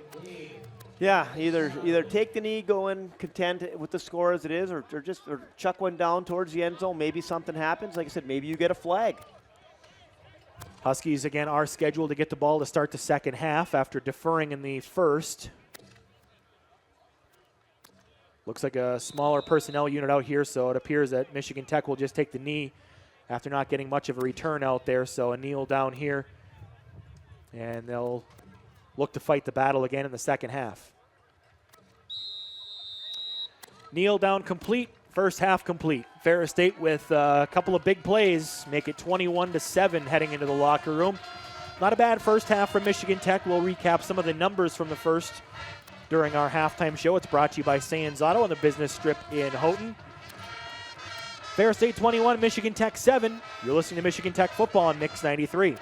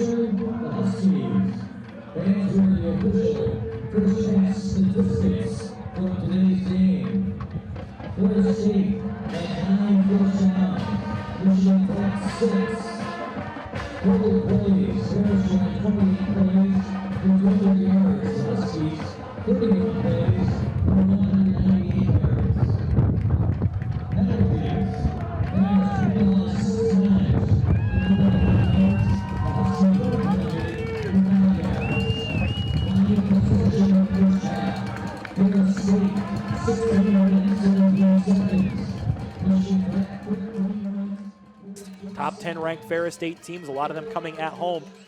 Since that run began, Ferris has now taken the overall series lead, 34 wins to 33. There is one tie back in series history as well, but it just kind of goes to show you that despite how good Ferris State has been over the years, and yes, they've gotten a couple of big wins over Michigan Tech, but largely speaking, the Huskies have been able to provide a pretty nice resistance against that, what Ferris State does. Yeah, for sure. And you go back, you had mentioned last year's game, Tech was right in that to the end. They had the lead.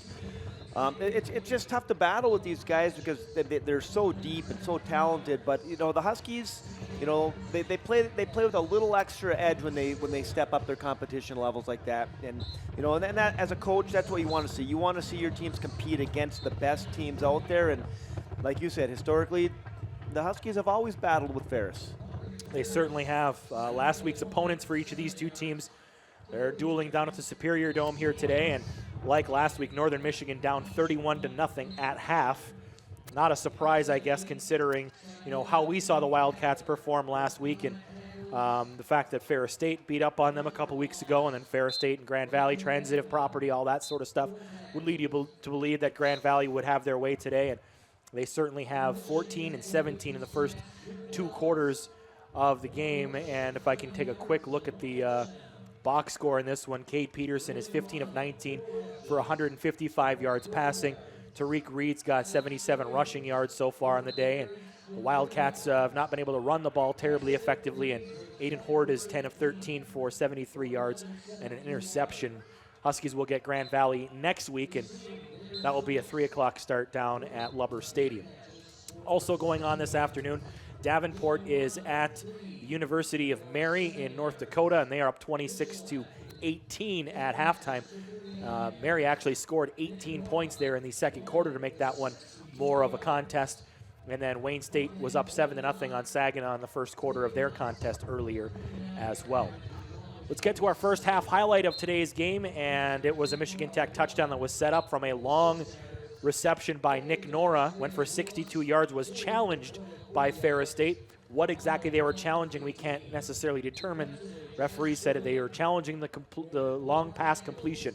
Thought maybe that Nick had been out of bounds somewhere near the start of that play, but wasn't the case. And Michigan Tech caught Ferris State on their heels and ran a nice trick play here with Drew Collins getting a touchdown run.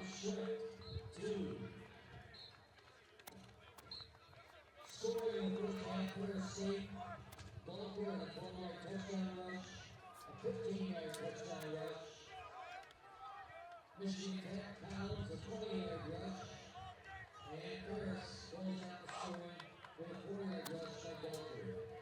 The scorers who prepared for half. It was an interesting play design because, of course, it started as it normally would, and then motioning out of the backfield and lining up to the right were the tailback and quarterback Alex Freeze, and then it was just kind of right out of the Ferris State playbook, snap it to the quarterback who runs right up the middle untouched for a touchdown.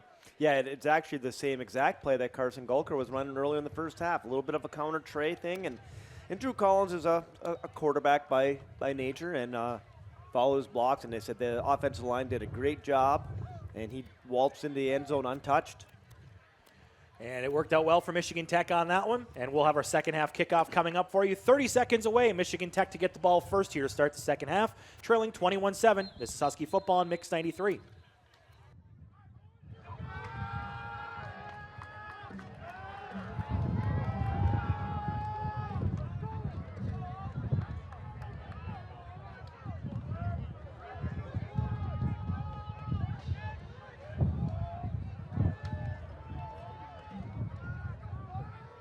Brings you the second half kickoff here, and it will be Michigan Tech returning this one. Back to return Morano and Willis.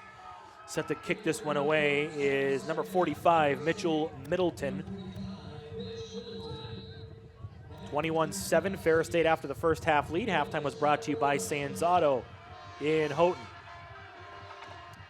Kick is in the air, and this one's going to go well into the end zone, through the end zone, and the Michigan Tech Huskies will have the touchback to start us off here at the 25-yard line and see if we can pick up where we left off in that first half with some good ball movement. Again, a lot of it coming through the air here so far. You'd like to see if the run game can supplement a little bit more, take some pressure off of Alex throwing the football, but also try and keep those receivers engaged in the game with Willis and Michalak getting some nice targets in the first half and hopefully get Champney a little bit more involved here as well.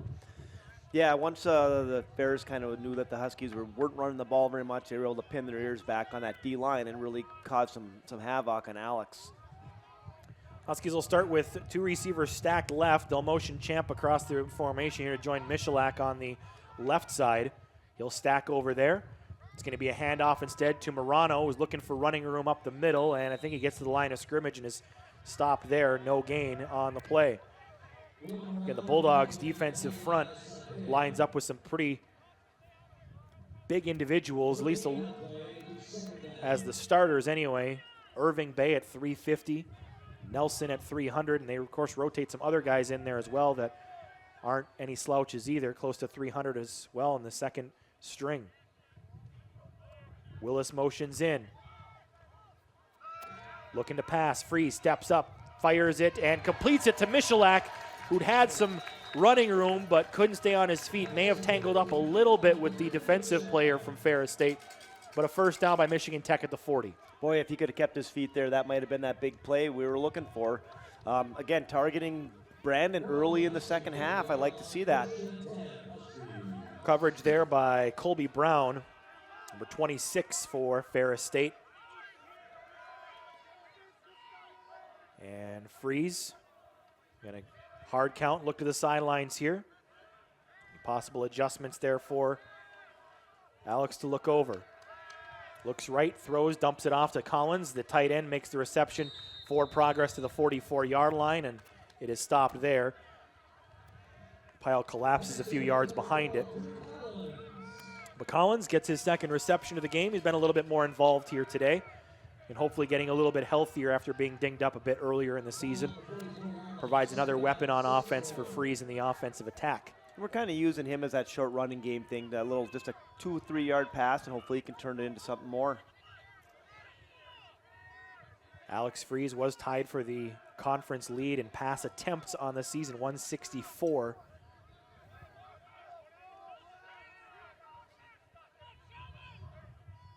And Freeze will get the snap, have to come to his right, fired off too early for Morano. Pressure coming right up the gut again against Alex, and he has to try and get rid of the ball too early. Yeah, they got big time pressure on him. Fortunately, he was able to get the ball thrown away out of bounds and prevent a big loss. I think we have number 2, Sheldon Cage, putting the pressure on that play. Listed a lot smaller than the other guys at 6'3", 245 along the defensive front. But Michigan Tech has found ways to evade some of that interior pressure here. Champney now to the left side. Low snap, Freeze throws right, aims it towards Willis, completes it across the midfield mark, and enough for a Michigan Tech first down to the 48-yard line. Nice throw by Alex across the field. That's not an easy throw to do, and he dropped he put an absolute missile in Darius's hands there for a big first down. Yeah, again, that's a long throw to get over there on the out route specifically, and you hope that you time that one right where the receiver breaks to it in the right spot, but the defender doesn't have a chance to make a break on it. We mentioned it being colder out there too, is that trying to get that good grip on the football to throw something like that is more challenging as well. Willis will motion in, play action goes to him, goes to Morano instead, and looks like Will's going to get back to the line of scrimmage and nothing else again. Huskies mixing in a couple of run plays here to just try and keep that Ferris State defense honest. Yeah, not much running room. Those, like I said, you mentioned those guys, how big they are. There's a lot of beef on that line, and they're doing a good job of closing out the running lanes for Will. Shadrick Bradford, number 33, is at 274, but at 5'11", it's a wide load there from Apopka, Florida, clogging up the middle of the space there.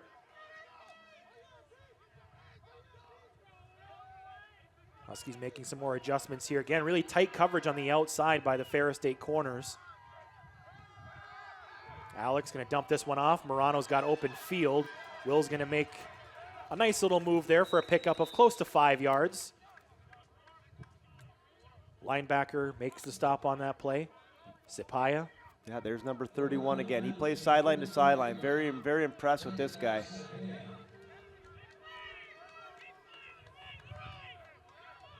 Huskies will motion out some of their other pieces and bring more wide receivers out there. So a true 5 wide here set up for Michigan Tech. 3 right, 2 left. Nora and Daraban entering here. Freeze, gonna air it down the sideline towards Champney, and Champ's got it inside the 10. Michigan Tech first down. I don't know if there was help that was expecting to come over the top there for the defensive back, Salento Smith. He's kind of threw his arms out looking towards his safeties like, where were you guys on that play? But a good throw on third down by the Huskies. Yeah, nice touch by Alex to just drop that into Ethan. We were hoping that Ethan would get a shot like that at some point.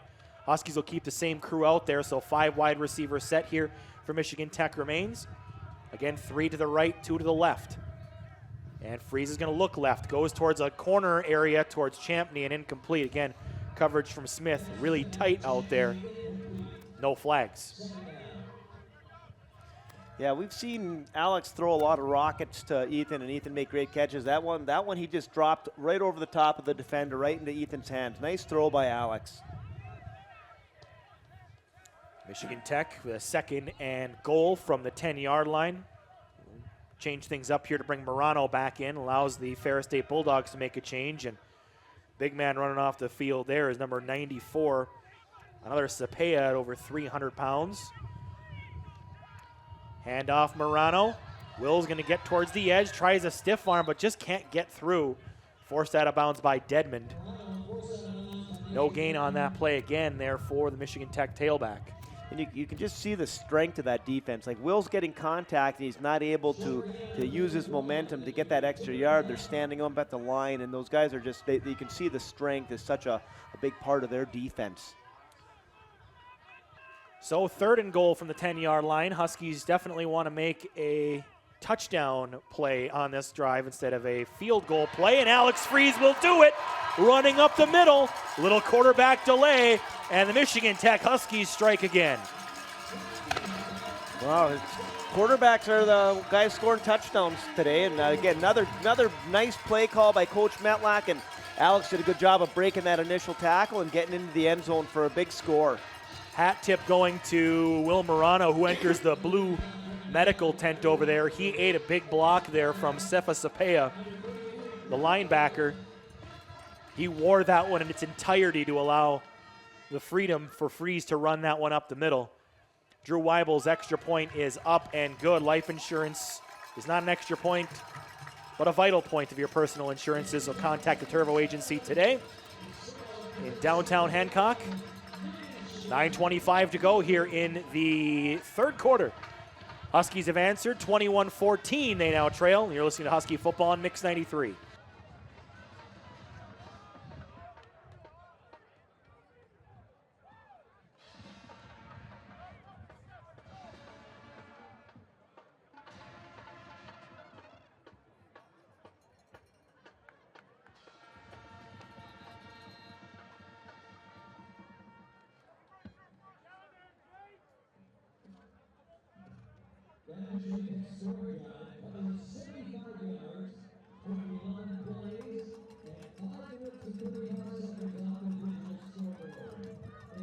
Doctor ordered to start the third quarter a solid Michigan Tech drive that ate 5.5 minutes off the clock, 5:35 to be exact, 11 plays, 75 yards, and equally as important, Michigan Tech 6. Alex Freeze runs it in from 9 yards out. Extra point good. 9:25 left in the third quarter. Huskies staying in at 21-14. Yeah, not only did they get the touchdown out there, they ate up a lot of that clock. What a way to start the second half for the Huskies. Fielded by one of the up men there for the Bulldogs, and he's bumped out of bounds around the 30-yard line. They're not going to allow an opportunity for a big return from Stevens again, who's had some nice runs here on the return game the last, all game really, last couple times. Will Morano is out of the blue medical tent, but his helmet is off. He's sitting on the bench area. Hopefully Will's okay, but we'll see if he makes it back into this contest at all. Again, that was an enormous block that he laid. Sold out to take that one, and luckily for us, Alex made it pay off. Mitchell is going to look to throw here on first down. Josh Cribben had a hand on him, couldn't keep him. Now Mitchell's going to look for a block, and he will not really get much of one, but he'll spin through a Sipple attempt and be taken down by Beekle and Kinney after a gain of about 8 or 9 on the play. Yeah, and we talked about those loss of yardage plays. That was almost a big one right there by the Huskies defense. He just eluded it and turned it into some positive yards, but good pressure by the Huskies initially. It's one of those spots where being 6'4" came in handy. Cribben's only listed at 6 foot. The extra couple inches there allowing that stiff arm to work there for Mitchell and keeping him upright. Mitchell's going to look to throw again. Rolling left. Schlicht coming nearby and throwing towards Brady Rose. I think that's a completion at the 48-yard line. You could hear the audible groan from the crowd as on the right side of that offensive line, Josh Cribben was taken to the ground and basically laid on by an offensive lineman. Huskies fans at least wanted a holding call on that one. They may have had a beef. But instead, Mitchell's able to roll out left and deliver a pass downfield for another first down. Gulker's in the game, and he will go and keep the ball. Go figure. For another first down inside the 40-yard line. Collision there with Mark Sipple and others. But another run for Carson Gulker. Yeah, and again, he's a load. We got to do a better job of getting him at that line of scrimmage, not letting him get his momentum, because once he gets going, he's going to turn a 5-yard gain into a 10-yard gain real quick. Yeah, and all these read option style plays, they have never given it to the actual tailbacks here. This time they'll give it to Jefferson, and it's a reverse. Coming around the other side, Hunt Thompson, wide open down the sidelines, needs 2 blocks, won't get either of them. Bazanis will push him out of bounds. Huskies desperately wanted a flag again back on the other side of the play. This time the sideline was much more animated for it. Cribben was being held, and maybe a couple of others on the inside there. No flags were thrown in the play, and the Ferris State Bulldogs have a first down inside the 15. Well, it sure looked like Josh Cribben got wrapped up there. And Gulker is going to keep and get stopped by Cribben this time. Watson and Beekle in there as well for the Huskies, and that was what you were talking about a couple plays earlier. You have to meet him in the hole a little bit earlier to not get that downhill momentum going. Yeah, did a good job of blowing up that mesh point, but didn't bring him down, but they stopped his forward progress. But that was a good play. I think that's how the Huskies have to attack that. And like you had said, he hasn't given it yet. They bring Mitchell back into the game here. 3 receivers left, and the lefty's going to look, continue to look, fire it down the middle, late and over the top. Flag comes in. Holding looks like it's going to be against Michigan Tech. Yeah, that early indication indicates a hold there. Be down in the defensive secondary, so this will be a half distance to goal penalty, I would assume, with a first down automatic.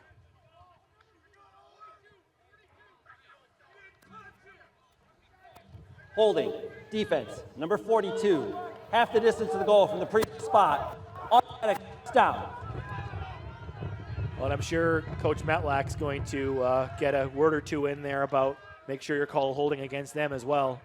Yeah, for sure. That little reverse there, I had a good view of that, and it really looked like Josh Cribben got held pretty significantly. Huskies jump offside. Gulker's going to throw to the end zone, and Hunt Thompson looks like he's got it for a touchdown. They're going to call it out of bounds, it looks like. I thought he got a foot in there with Bazanese nearby, but I don't know if he had full possession of it as he was coming down. Schlicht jumped offside, so basically a free play. Yeah, he wasn't able to hold on to it through the side there, so good look there, fellas. The corner of the end zone gets obstructed from my view here, so I'll have to adjust my viewing position here. Number 9, half the distance to the goal from the previous spot. Replay, first down. Like I said, it was a free play anyway. Seeing if they could either get the touchdown or maybe a pass interference in the end zone and give them the ball right away. Please reset the game clock to 6 minutes and 15 seconds. It did not stop after that play. 6 minutes, 15 seconds. Thank you. So they made an adjustment on the game clock here. And full house there for Gulker, who I would expect will run this football. Down at the 5-yard line, here comes quarterback power. Huskies were expecting it enough here, and Gulker is going to get a yard and get swarmed back by Beekle, by Watson, and one of the other Huskies at the bottom of the pile, that's Ben Marion. Yeah, nothing fancy there. Just line up, get the snap, go straight ahead. Kind of like the Philadelphia quarterback sneak play, and Husky defense did a good job of not getting moved off the line of scrimmage. Victor Nelson, number 99, the defensive tackle, lining up as one of those fullback type players here, and they'll do the same lineup here again. This time a motion coming in across, and Gulker is going to run to his left. Can Sipple get to him? Gulker had the ability to cut back in, and he gets in for the touchdown. Yes. He had Sip just speeding after him, but that was one of those spots where there wasn't much Mark could do. He was going to be out on an island there. Those of you watching on Flow here can see the replay. Sip at full speed going out. All Gulker has to do is put his foot in the ground and turn upfield. Sip did a good job sticking with him, but tough to do when you have to try to react to what the ball carrier is doing. And when that ball carrier is 6'5", that extra couple inches really helps. So the Bulldogs' 4th touchdown of the game from Carson Gulker is their 4th team touchdown of the day. Extra point attempt for Eddie Jewett is through and good, and it is now 28-14 with 5:31 to go here in the 3rd quarter. Huskies will get their chance to answer on special teams and on offense when we come back. You're listening to Husky Football on Mix 93.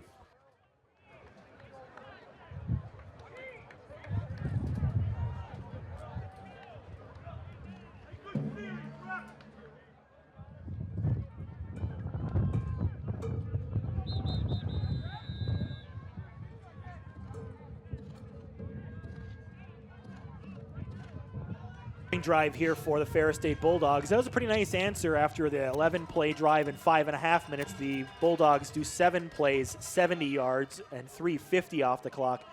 Carson Gulker with his 4th touchdown run of the game. With 5:31 to go in the 3rd, it's 28-14. Again, in general, the running attack for Ferris State hasn't been as prolific as it has been in the past. Michigan Tech's done a pretty decent job overall on it. Haven't really slowed down the passing game too much. Only 2 incompletions overall by Ferris State's quarterbacks. Willis going to field in the end zone and take the knee there, so we'll start over from the 25-yard line again. Huskies had success to start this half from the 25-yard line with the last drive, and we'll see if they can duplicate some of that success here again. Yeah, we had a good drive to start the third quarter there. Chewed up some clock and went 80 yards. They looked really good offensively here. Just said it'd be nice to answer, get this back to a one-score game. Alex Freeze, 15 of 25, 237 on the arm. 5 runs, 12 yards, and a touchdown on his legs. He's going to look to throw here on first down. Has to get out of the pocket, and will be able to run himself ahead with some extra weight dragging behind him, but gets to that original line of scrimmage, so no gain and no loss. Yeah, good pressure again by that front by Ferris. Alex did a good job of getting back to the line of scrimmage and preventing a long yardage situation. Huskies have 4 receivers, trips right. Morano does appear to be back in the game at tailback. Dump off to Willis. This is that screen again. Darius has some room for a first down. Lead block being thrown out there by Gabe Frontudo. And the Huskies pick up that first down. So that's a play that they've called a few different times today, and they've found some success with it each time. Yeah, that's at least the third time. And the offensive line is doing a great job of getting downfield and getting in front of Darius. And that's another big play there. That's one that we could hit a home run on at some point here. Huskies will put 2 receivers on either side now. Ball pretty much right in between the hashes. Morano will be off to the right. Willis will join to the right, so trips right. Rolling right is Freeze. He's going to keep this one. Steps over the would-be tackler to the 45-yard line. Was there something further downfield? Yeah, Ethan had broken free. There was a miscommunication by the secondary there, and he was running free down the sideline. If Alex could have seen him, he might have been 6. Instead, he picks up 6 yards, make it 7 yards actually. 2nd and 3 from the 45-yard line of Michigan Tech. And Freeze will dump it off to Morano. There's a screen, and Preston Graff needed a little bit more of that block. Will Morano almost got through it, but just a shoestring tackle made there. Will's a little bit more upset that he couldn't step through that one. Major Dedman fought nicely through Graff's block to get enough of Will and take him down inside Ferris territory at the 49. Michigan Tech first down regardless. Yeah, that was a great play by the defensive lineman there. That had potential to be another big play. Freeze this time will hand off to Morano. Looking left, cuts back up the middle, crosses the 45 and lands down about the 43. That's probably the biggest tailback run or non-quarterback run we've seen from, well, anybody pretty much all day. Yeah, a good run. Nice job by the O-line, creating a little running lane, and Will got his momentum going that time, was able to put his shoulders down and turn that into a 6-yard gain for us. Brandon DeVries with a nice block off the left side, providing that cutback lane, going up against Sheldon Cage. Willis to motion across to the right side, trips right. And going deep, wide open down the sidelines. Champney, touchdown Huskies! And that was probably what you saw earlier, same thing. Ethan Champney got in behind the defender. This time Alex sees him, does not miss. Huskies back within a score. Yeah, that looks like the same play we just saw. Same thing happened, so I don't know if there's a problem with the secondary rotation for Ferris, but that's twice Ethan's been behind him, and Alex saw him that time, and what an answer for the Huskies. What an answer after that. Third quarter's been so far pretty good. 2 scores. Good start by the Huskies. Getting burned on that play was Ralph Donaldson, the defensive back, who once again put his hands out wondering where his help was. Drew Weibel punches through the extra point. It's brought to you by the Turbo Agency in Hancock. Make life insurance a vital point, not an extra point of your personal insurances. Call the folks down at the Turbo Agency, downtown Hancock today. 2:31 to go here in the third quarter. Ferris State 28, Michigan Tech 21. This is Huskies football on Mix 93.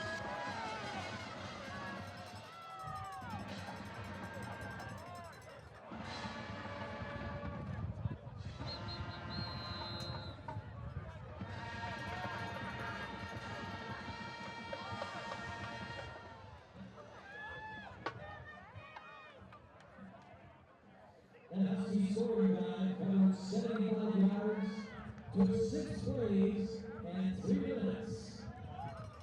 The end result, a 43-yard touchdown pass from Ferris to Cheney.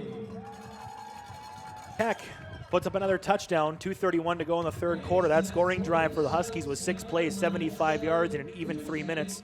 Capped off with a nice home run down the right side from Alex Freeze to Ethan Champney. And Freeze is a yard short of 300. He's got now a new career high, 299. Still have another quarter plus to play here. Weibel's going to short kick this one again. It will be fielded at the 25-yard line. And Jefferson gets past the first wave, but cannot get past the second. Porter Zeman, it looks like, among the Huskies getting the stop there. Jimmy Tarr goes in as well. And Jeffrey Price, and we may have an injury down there in that mix as Price waving over. No, I think it was less of an injury in the fact that the players were just, maybe their face masks got connected or something for a second. You had to let them shake things out a little bit. Everybody off the field just fine. Ferris State starts at the 26-yard line, so basically no return on that attempt there by the Bulldogs. And good job by Drew to pin that one towards the side and make the long return a little less likely. Malik Mitchell will start at the quarterback position here.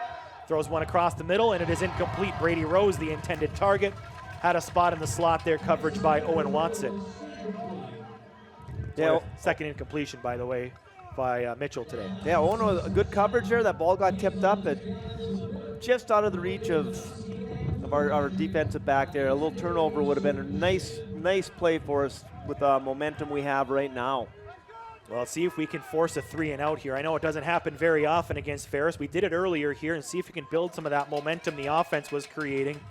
Defense had a nice stop earlier. It'd be great to get the football back in the hands of the Huskies offense right away here. Play action. Mitchell dumps across the middle. Sip nearly got a hand on it, but it is completed to Wade, who gets the first down and advises us all that he got the first down. Yeah, there's not much you can do with it. The coverage was fantastic. He just threw a missile in there, and they got the first down. To the 40-yard line, so a gain of 14 on that play. 1st and 10 Bulldogs. Mitchell again looking right, going to air it down the sidelines. There's Bazanis in coverage and incomplete pass. Tyrese Hunt Thompson was the intended target. He may not have been able to complete that one anyway because the linesman's coming out here without his hat on. I think Hunt Thompson may have been out of bounds at the one point during that route. Yeah, that's usually what that indicates. And a good coverage by Dante there, and a good no call by the official. They're both kind of hand fighting with each other. 2 receivers either side here for Mitchell, who's taken all the snaps on this particular drive so far. Huskies making an adjustment to Ferris State's possible adjustment. Mitchell's going to option left, pitches. It is going to go to the left side, and getting smoked by Beagle was the runner. I want to say that was Lundy Knighton.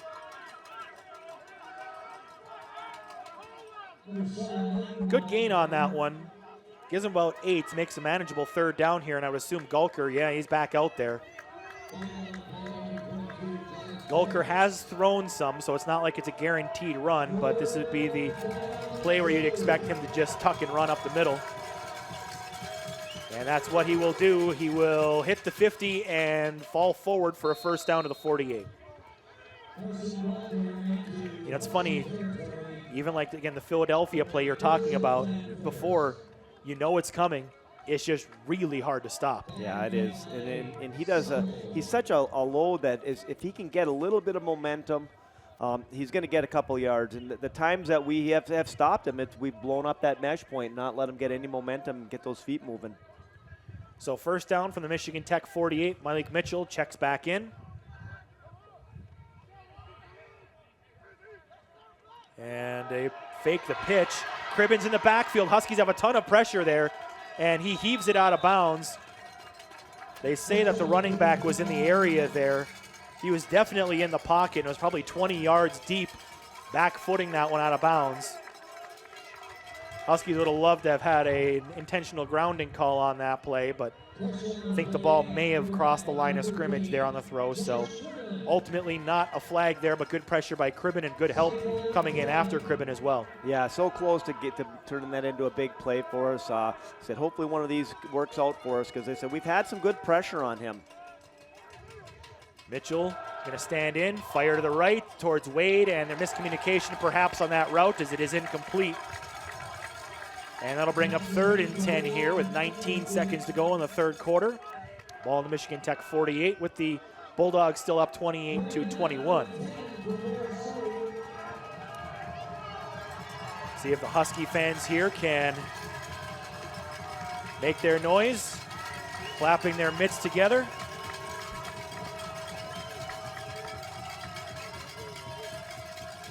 Bulldogs will look to the sidelines here, down to 10 on the play clock.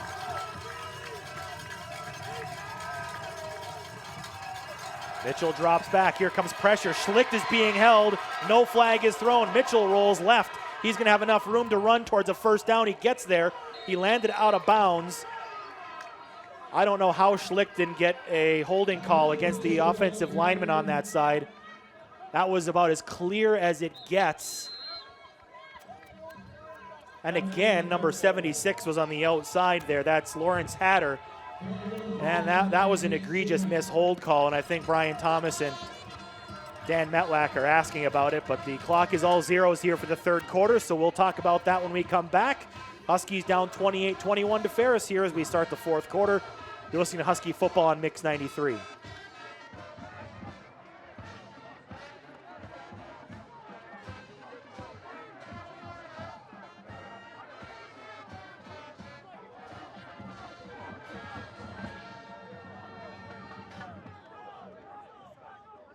Fans, don't forget this event is being streamed live around the world today.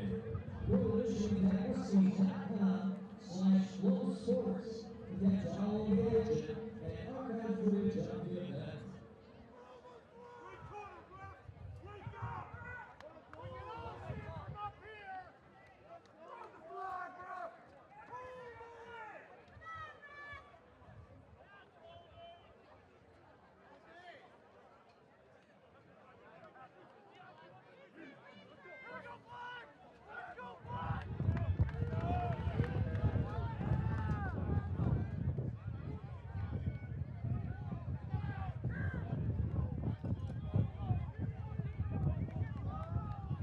Four fingers high and put a fresh 15 on the clock. It's time for the fourth quarter, and the Huskies still within striking distance on this one, 28-21.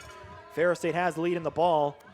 Referee and field judge were attentive to Coach Matlack's complaints and pleading on the sidelines. We'll see if that led to anything, but he was being pretty animated with his hands, showing what the Ferris State linemen are doing to his defensive linemen. Carson Gulker is back in, and he will keep this one as he has pretty much all game. Owen Watson's going to run into him and run him backward here for a gain of about 4 to the 36-yard line. It's a great job by Owen, and I talked with JT Jurison about him in the pregame interview, and I think Owen has made such a big step forward this season with his gameplay. You can see things are slowing down. He's reading plays better, and he's such a physical presence as well that once he wraps you up, you're not getting out. Yeah, no, you can just see how much he's improved week to week, and his confidence level is growing with every game he plays. Gulker keeps again, gains another 3 or 4 on the play as Sipple takes him down at the 31-yard line, so 3rd and short coming up here for the Bulldogs. They need a big play by the defense here. Gulker still in the game. So I would anticipate more than likely another quarterback run. Option pitch to the right side and gets it off there and getting absolutely thundered down by Dante Bazanis was the tailback. Again, he wears number 8, and I don't know who's wearing number 8 here in the game today. It's not listed in the stat sheet there, so we'll see if we can get an update on that one from the official game stats, who may be listed as that number. But either way, that was a huge hit by Bazanis on the outside. First down was gained by the Bulldogs at the Michigan Tech 24-yard line. Jefferson in motion, keeping it himself up the middle is Mitchell. Excuse me, that might be the third quarterback, Trinidad Chambliss, in the game for the first time, I think. It'll look like number 4, and it sure is. Chambliss is a sophomore from Forest Hills Northern in the Grand Rapids area. He was a player of the week earlier this season in the conference and getting his first snap here in the fourth quarter of the game. Again, you always wonder when you're having something that works so well why you change quarterbacks, even if they are talented. Chambliss is going to keep it again. And up the middle he goes again. This time only 1 yard is available there as he's taken down by the Huskies. Austin Schlicht gets the stop there. Yeah, that's, you play 3 quarterbacks sometimes in blowout games, but when it's a tight game like this, it just goes to show you the confidence level those coaches have, and all 3 of those guys, all 3 of them bring a little different dimension to the game. Gulker's back in now here to gain 3 yards. Expect some form of quarterback run on this play. It's going to be a full house there, so tighten it up the middle here. And Gulker's going to pound into that middle pile, and this looks short. It's across the 15, but not to the 14, and the field goal unit may need to be brought out here. It would seem like the smart play to go ahead and kick the field goal here with a pretty reliable kicker in Jewett at this point. Make it a 2-possession game again here in the fourth quarter. Tony Anise thinks something isn't being called appropriately, but his offense will remain on the field here. Yeah, they're just both officials marked in the same spot, and he's about a half yard short here. He's going to keep that full house backfield there. And Gulker's going to run into it, jump over the top, and have the first down. Rolls over it to about the 11-yard line. So Gulker does pick it up, and they can actually get a first down without getting a touchdown here. So Ferris would have a lot of opportunities here from prime scoring territory. Huskies will rotate off some of those extra bigs that they brought in there to defend against that offensive formation that the Bulldogs have been using for short yardage. Gulker still in, 4 receivers for him. He will fake the handoff and run it up the gut. Gets wrestled down inside the 5-yard line. Bazinese, one of the Huskies there, and see off the bottom of the pile there was another Husky there, and that's Bates. Looks like Michael. Here comes the heavy package again for both squads. I think it's both defensive tackles in there at the fullback positions, 9 and 99. So you've got Desmond Lance and Victor Nelson. Up the middle goes Gulker, looking for his 5th touchdown of the day, and he's got it. Touchdown Bulldogs. Yeah, they're just in that inverted wishbone with all those big bodies in there, and they're just wedge blocking and just trying to get a push forward, and it's a lot of beef going forward there against that Husky defensive line. It is. Owen Watson got his hands on the quarterback, but again, momentum was going downhill, and by the time he could actually start to yank him down, he was outstretched for the goal line. Bulldogs up now 34-21, and Jewett's extra point is coming up here. There's 10:16 to go. Huskies still have time. And a flag is thrown here, and it looks like another false start probably being called against the Bulldogs. So Jewett's going to pick up the kicking tee and walk it back that extra 5 yards. Number 77, 5-yard penalty. Still the try. So 77, Travis Miracle was called for a couple false starts earlier. The attempt now from the 15. Managed to get it whistled on the Huskies instead, and now has collected his 3rd foul of the game. So Jewett will try again. Not a difficult extra point attempt here. Bazinese has really put some heat on off that right side of the defensive line. And got a chance for it again, and it is still good. Beagle was looking for something down on the side. I know you are pointing out something here too. 44 flinched again. That left wing moved again. I mean, again, just backing up 5 more yards for an extra point isn't a big deal, but sure seems like there's a couple of things that are not being called in favor of the Huskies. 10:16 to go here in the fourth quarter. It is 35-21. Bulldogs have the lead. You're listening to Huskies football on Mix 93.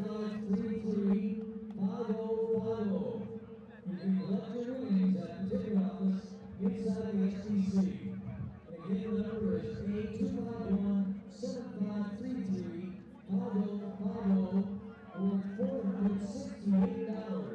Congratulations.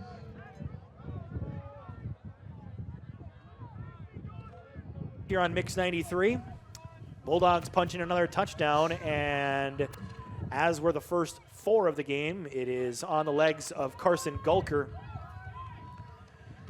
3-yard run up the middle, and that drive for the Ferris State Bulldogs was 17 plays, 74 yards, 7:07 taken off the clock, and Carson Gulker finishing off what he's done against the Huskies so far in his young career.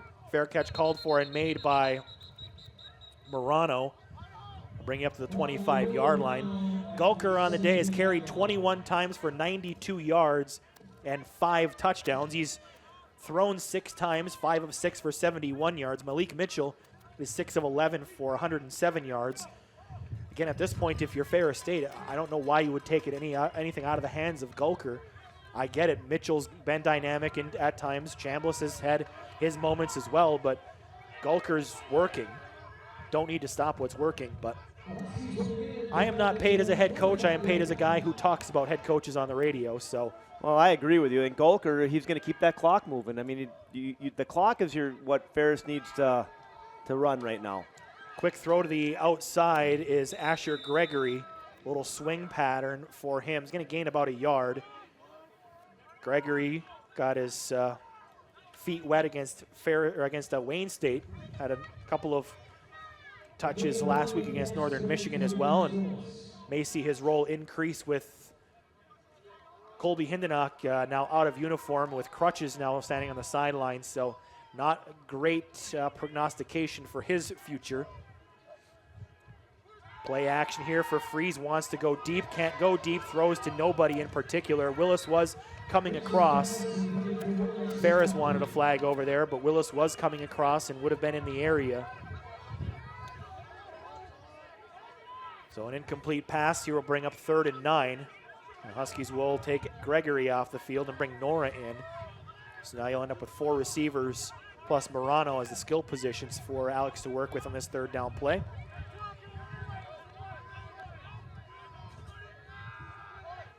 Three receivers will be left here. And it's going to be a design quarterback run here. Freeze gets through the line. He's got the 35 and ducks his shoulder down across that 1st down marker. Leans ahead to about the 40 and gets the Huskies 1st down. Yeah, that little quarterback counter tray again. Looked like he was going to be bottled up, broke that tackle, and got a huge 1st down for the Huskies. So many times about getting past that line of scrimmage there. You can get through there without your feet getting tangled up. You have a chance to run a little bit, and Alex showed on that play pretty nicely for a 1st down on 3rd and long. He's going to look to throw here on this one. It's a dump off to Morano. Will's going to sidestep Major Deadman, but get taken down by one of the big defensive linemen coming out there. We saw him running off the field earlier. Number 94. And he's going to look to jog off the field. There's 2 Saipeas on the roster, 1 defensive lineman who's just jogged off, and then the linebacker who's been a thorn in the Huskies' side. Gregory motions towards the left as if a swing is going to go there. It's a tunnel to Darius. He bobbles it, and it's incomplete. Bobbles it as he was being hit, so maybe better off that he dropped that one, although a little dangerous with it floating out there for a little bit. Yeah, we dodged the bullet there. That ball bounced up. It almost made the career of one of those defensive linemen. So fortunately, that fell incomplete, but that's going to bring up another 3rd down for us. Bradford goes off. Coming in is Caleb Davis, defensive line substitution. 1 big for another big. Freeze here on 3rd down, airing it down the sidelines to Michalak. Again, there was contact down there and looked like a grab by the secondary. And be Sean Stevens in coverage there, and looked like he pulled at the arm of Michalak a little bit early in that route. But overthrown then by Freeze, and that's one of those things that can make that difference, especially if it's early enough on in that route. A deep throw looks way off target when it slowed down the acceleration of the wide receiver. Yeah, there's been a lot of hand fighting going on with the receivers and defensive backs today on both sides. Haven't called much in terms of pass interference or even that much defensive holding out there. Locke is going to go to kick this one away. Pretty nice looking kick. Rosefield's at the 10-yard line past the first wave of Husky defenders. Tiptoes up the sidelines across the 20 near the 30-yard line or so. See where they mark him. I think they're going to mark him at about the 31-yard line. So the Bulldogs will have a chance to milk some more clock here. 8:10 to go in the fourth quarter.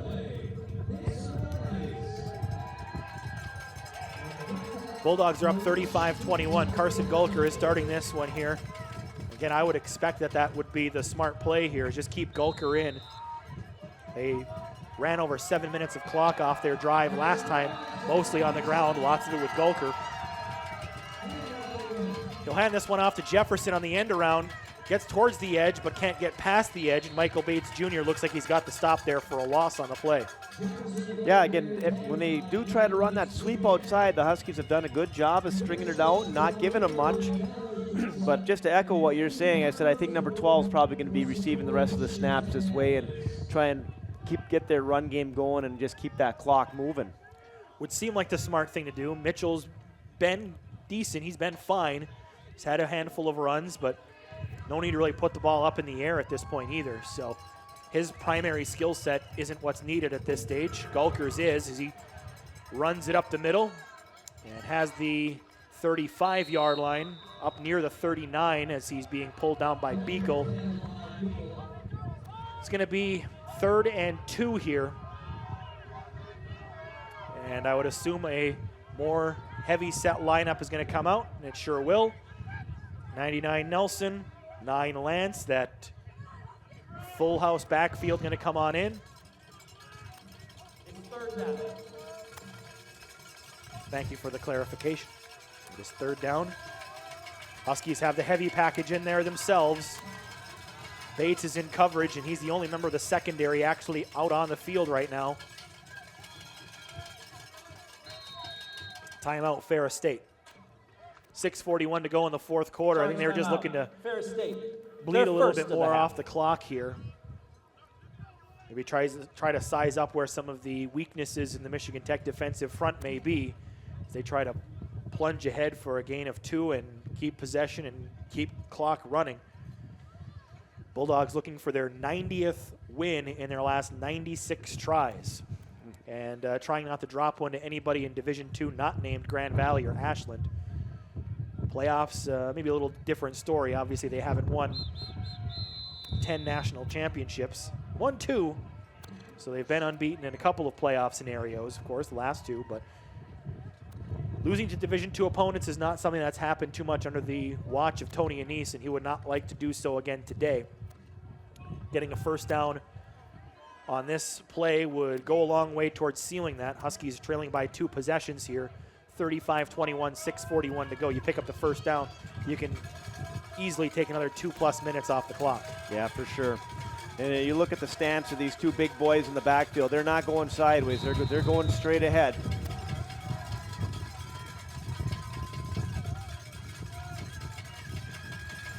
And Gulker is going to dump it off. A swing pass to Wade. He was being shadowed the whole time by Michael Bates. He ends up getting 3 yards or so out of it and picks up the first down. First time we've seen anything different on that run. Bates was in good position. They just tried to run him tired there as they ran him across the formation. They came back towards the middle, then ran him back to the outside. Bates was in coverage pretty much the whole way, but just that little cushion he had to provide there was enough to get Wade the first down. Gulker will run on first and has near a first down inside, well, right at the midfield mark. It was going to be not inside Husky territory, but the mark down goes for a gain of 8 right at midfield. And then that defensive line by the Huskies is just battling their tails off in there. They're so undermanned as far as size goes. They're fighting their tails off with those guys, and they're making it difficult for Carson Gulker to get his yards, but there's just such a size discrepancy inside there that they're undermanned. So second down play coming up here for the Bulldogs. It's Gulker again off the left. And a pickup of 4 down to the 46-yard line and a Ferris State first down with 5:23 and counting to go here in the fourth. He's getting his yards, but we're making him work for him right now. And there's just a lot of black shirts throwing their bodies all over the place, doing everything they can to try and slow him down. Well, the flames starting to flicker here on the end of the Michigan Tech attempt to knock off Ferris State. Chambliss is going to have it this time, and he goes up the middle and spins ahead for a gain of 3 to 4. Try to take a couple extra hits off of Carson Gulker here, who's run the ball 24 times today, 116 yards, 5 touchdowns. Longest run for him is only 15 yards, though, so it's not like he's broken anything huge. He's just like last year, just getting a consistent 4 or 5 yards a crack. Pretty much positive yards almost every time he's run the ball today. Trinidad Chambliss in the game right now. And he will keep this one for an up-the-gut run, and a stop there by the Huskies after a gain of only 2.5 or so. At the bottom of that one is Mark Sipple. Good work again by Sip. Officials timeout for an injured member of the offense. It looks like there's a lineman perhaps down off on the far side over there for the Ferris State Bulldogs. Well, the Huskies have given it a valiant effort here today. Alex Freeze has thrown for 300 yards. He's also run for another touchdown. Will Morano hasn't been able to pick up much through the ground attack. He's got a couple of receptions here today. A few big plays. Actually, there's 4 different receptions that have gone for at least 30 yards by Michigan Tech this afternoon. 4 different receivers at least have gotten those, or maybe more than 4 actual receptions of 30 or more. But Huskies have thrown some nice counter punches this afternoon, no question about it.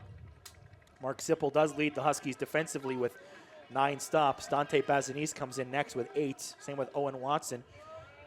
Hunter Beekle's got 6.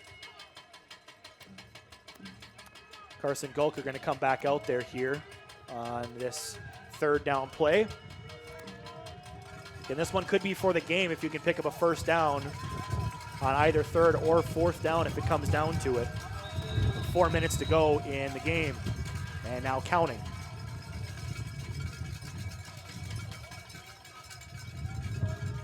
Bulldogs going to use all of what they have here on the play clock, it looks like, or at least the vast majority of it.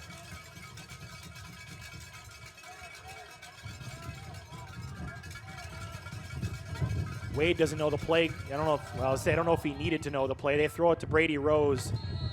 First down, a little out route there, and picks up 7 for the first. Yeah, a lot of confusion by the Bulldogs there, changing the play at the line of scrimmage, and Gulker threw a rare pass to Brady Rose for another first down. Rare indeed. He's got under 100 yards passing on the day. I think that is just his 7th completion on the afternoon on 8 attempts, so the completion percentage has been good. It's just that they haven't asked him to throw the ball because they haven't needed him to. Mitchell has been the one asked to throw the ball a little bit more. Gulker is going to run it up the middle for a gain of 2. And the Huskies will take a timeout here.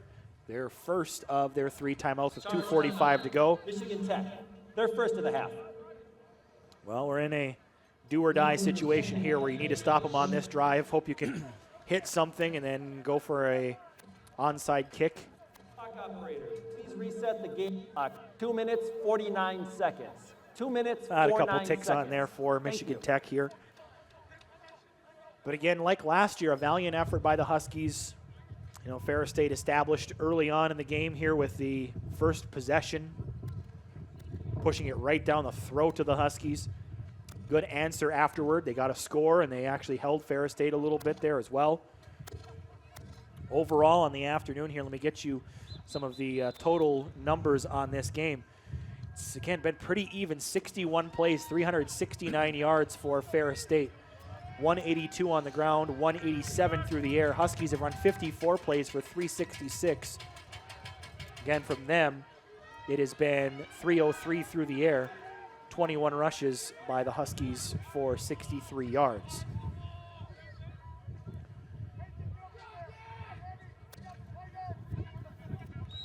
Gulker will stay in. for 2nd and 8.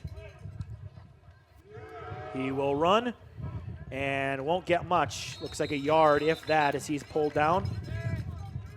See Sam Ahern and Gulker Watson tackled. in the mix there for the Huskies. May have been cribbing with the actual stop there by the Huskies, but just a lot of players in the mix there as the second team timeout taken by Dan Metlack. Yeah, like I said, that defensive front is just throwing their bodies at it, doing everything they can, and it did a nice job there of limiting his yards to 1 or 2 on the carry. Well, Michigan Tech will get Grand Valley State next week at Lubber Stadium. It's a 3 o'clock Eastern start time.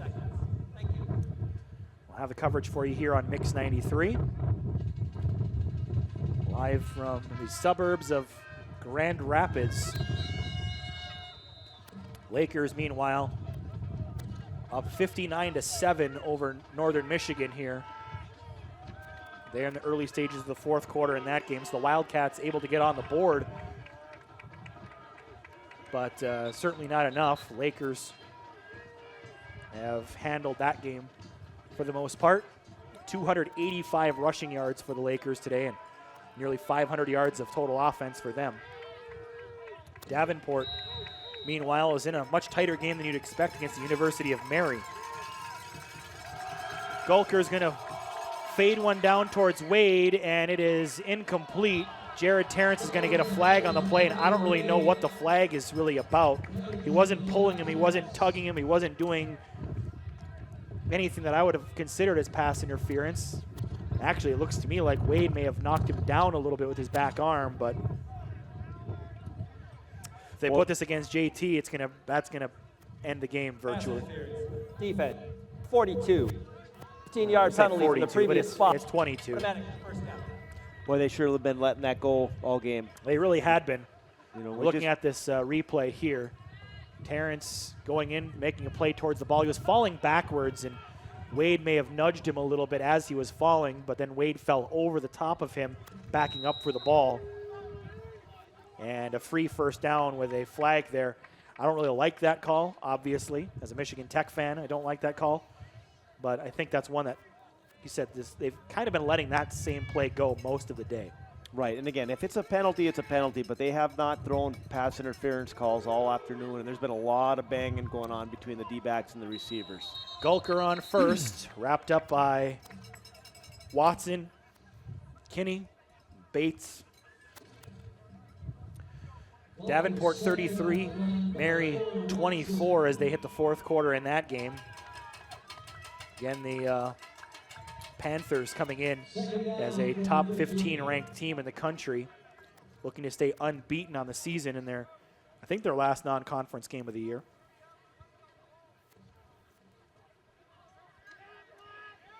Get an update on the only other score that I haven't announced for you here in a little bit. Chambliss going to roll right on his run. Schlicht is going to get him after a gain of a yard or so. I don't know if the Huskies are going to waste their last time out at this stage. I don't know if they'll use it at all any further at this point. Under 2 minutes to go. I mean, I guess Dan can use it if they stop him on third down. Give yourself maybe one more shot at the football. But Ferris State's content to work some play clock here. Down to 15.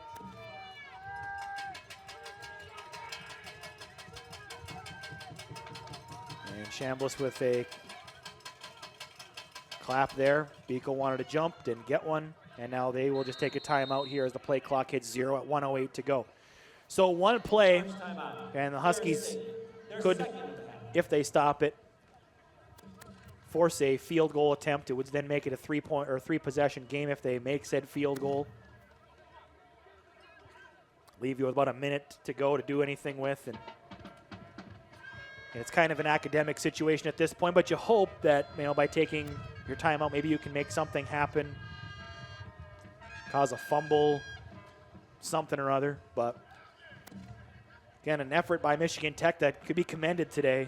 Odds were stacked against them. Not a lot of people thought they were going to beat them. They hadn't in a decade. Nobody's really beaten them much in the last decade.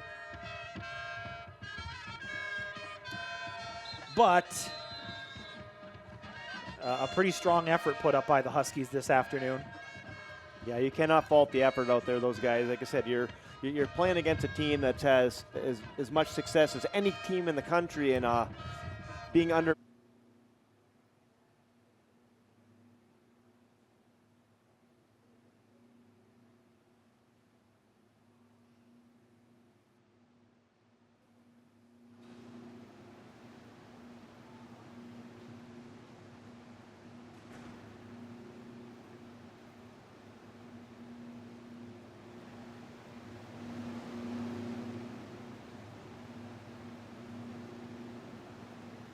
Flags against Michigan Tech here so far today either, so they've probably played a pretty clean game overall.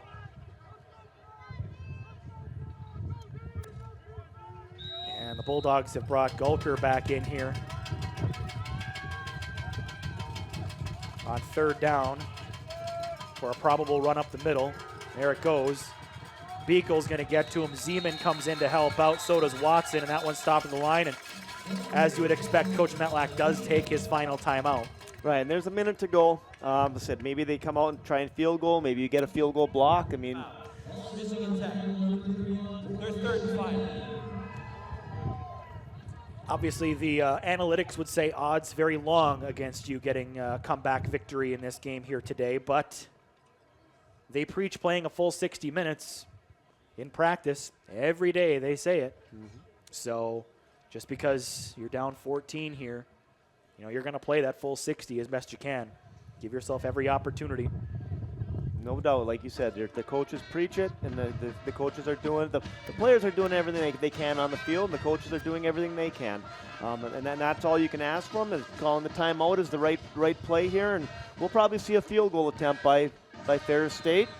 To me, it would make the most sense. Again, you make it a 3-possession game if you make it. Going for it on 4th down and not getting it, I mean, that's the same as missing a field goal, so I would assume you give Eddie Jewett a chance, but it doesn't look like they're going to do that. They're going to keep Gulker on the field and feel a 2-possession lead is perfectly fine, and it may well be. And if they don't get it, the Huskies will be backed up deep in their own territory. So now look for a possible throw by Gulker here. Steps back in the pocket, off his back foot, tipped up in the air, and incomplete coverage by Bazanis. No flags, and Michigan Tech will take over with 57 seconds to go here. Well, chance for a home run shot sometime here, maybe with Michalak. You have the screens with Willis that have been working. You had obviously a big throw to Champney earlier, so you have no shortage of options on things you could do to try and get the ball down the field. You do not have any timeouts remaining, but the clock will stop as the ball is placed for the first down markers here. Nick Nora's also caught a long one here today for 62. Again, we've had 4 different receivers with a 30-yard or greater reception today. And Freeze going to look and nearly picked off on that play. That one was waiting for Sean Stevens to walk it into the end zone. Freeze kind of telegraphed that one towards Michalak. Stevens broke on the football, and if he had made the catch, he would have gotten into the end zone pretty easily, I think. Yeah, we got away with one there. About 20 yards out, nobody would have been in his range. So Freeze going to try again here. He's going to tuck, and he's going to run it. He's going to have to possess the ball enough around the 20-yard line where he's taken down by Cage. He's going to bring up 3rd down. Clock is running with 40 seconds remaining in the game. After the game, we will go down to the field to hear from head coach Dan Metlack. Freeze to throw outside. Nora, first down, shoved out of bounds there. Clock will stop. 29 seconds remaining. At this point here, we're also tacking on to career highs for Alex Freeze today. First time in his career over 300 yards passing. Career high previously was against Platteville with 288 and has eclipsed 300 this afternoon. And to throw here on first. Freeze steps right, throws underneath to Morano. Will gets the turf monster after him a little bit there. Almost got himself taken out there in bounds, but manages to recover enough to run out of bounds around the 35-yard line. He just went to turn and foot blew out on him a little bit there. Kept his feet long enough to make a beeline for the sidelines with 23 seconds remaining.